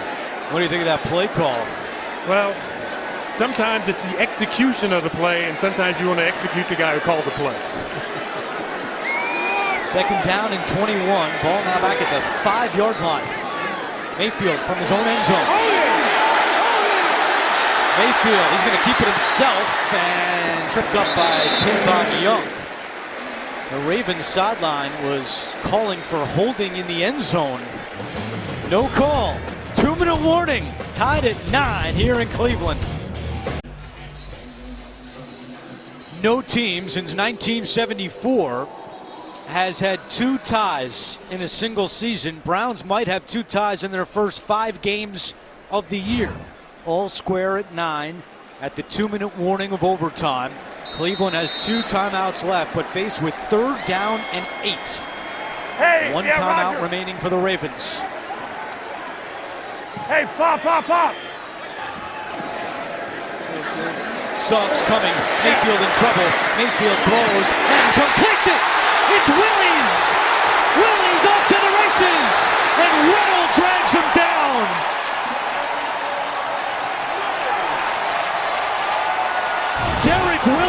drafted out of Texas Tech with a 39-yard gain. Baker Mayfield showing a little Mayfield magic. The ability to move in the pocket, but to keep your eyes down the field. Because at that point, if a 2-3 yard run, that's not going to do you any good. You've got to get that completion. Now you flip the field. Hey, Willies is only in there because Rashard Higgins left earlier with an injury. He makes a huge play. 1:15 to go, and now the Ravens call timeout. Baker Mayfield is thrown for 342 yards. From here, it would be a 61-yard field goal for Joseph, so they've got more work to do. Greg Joseph, a rookie out of Florida Atlantic, in his third game with the Browns, missed an extra point earlier, and then did make a field goal. That was from 35 yards, but at the end of regulation from 55, he wasn't even close. And they're going to need to get a little bit closer for the rookie Joseph. Ravens are out of timeouts.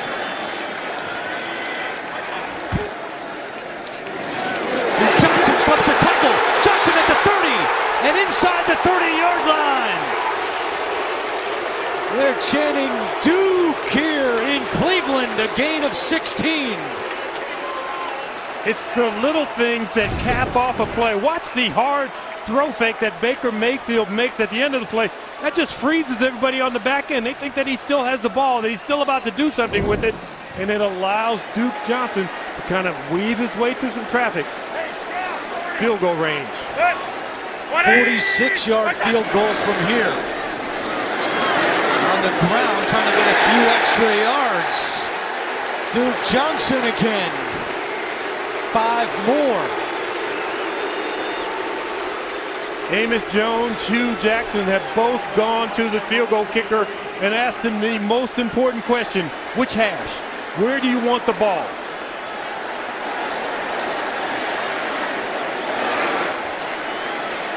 Ten seconds to go. Johnson again. Johnson to the 19-yard line. And the Browns call timeout with 6 seconds to go.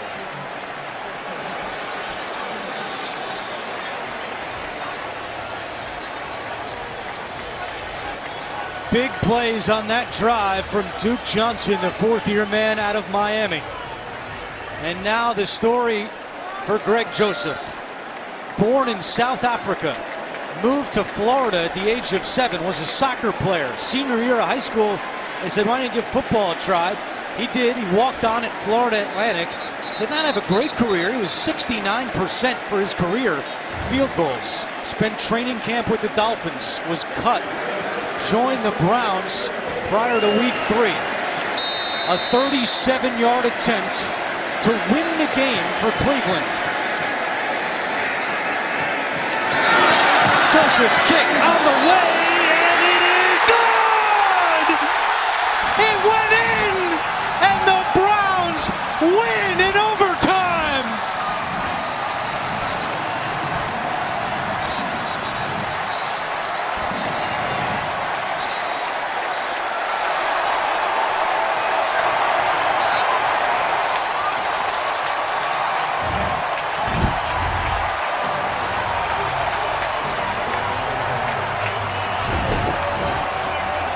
And the Ravens got to jump. There's penetration, movement. That ball just knuckled through. It was so low, it almost looked like it got deflected. It wasn't, and he sneaks it in. Greg Joseph gives the Browns their first win on a Sunday since December of 2015. They had lost 36 in a row on Sundays, and in Baker Mayfield's first home start, he can't even believe it. But the Browns are winners as John Harbaugh's Ravens fall to 3-2. And how about these fans who have had so much heartbreak in the first month of the season? It goes in, and the Browns win 12-9. For James Lofton, John Schriff, and our entire crew, I'm Andrew Catalon, saying so long from Cleveland. We'll send you back to New York for all the scores and highlights right after this.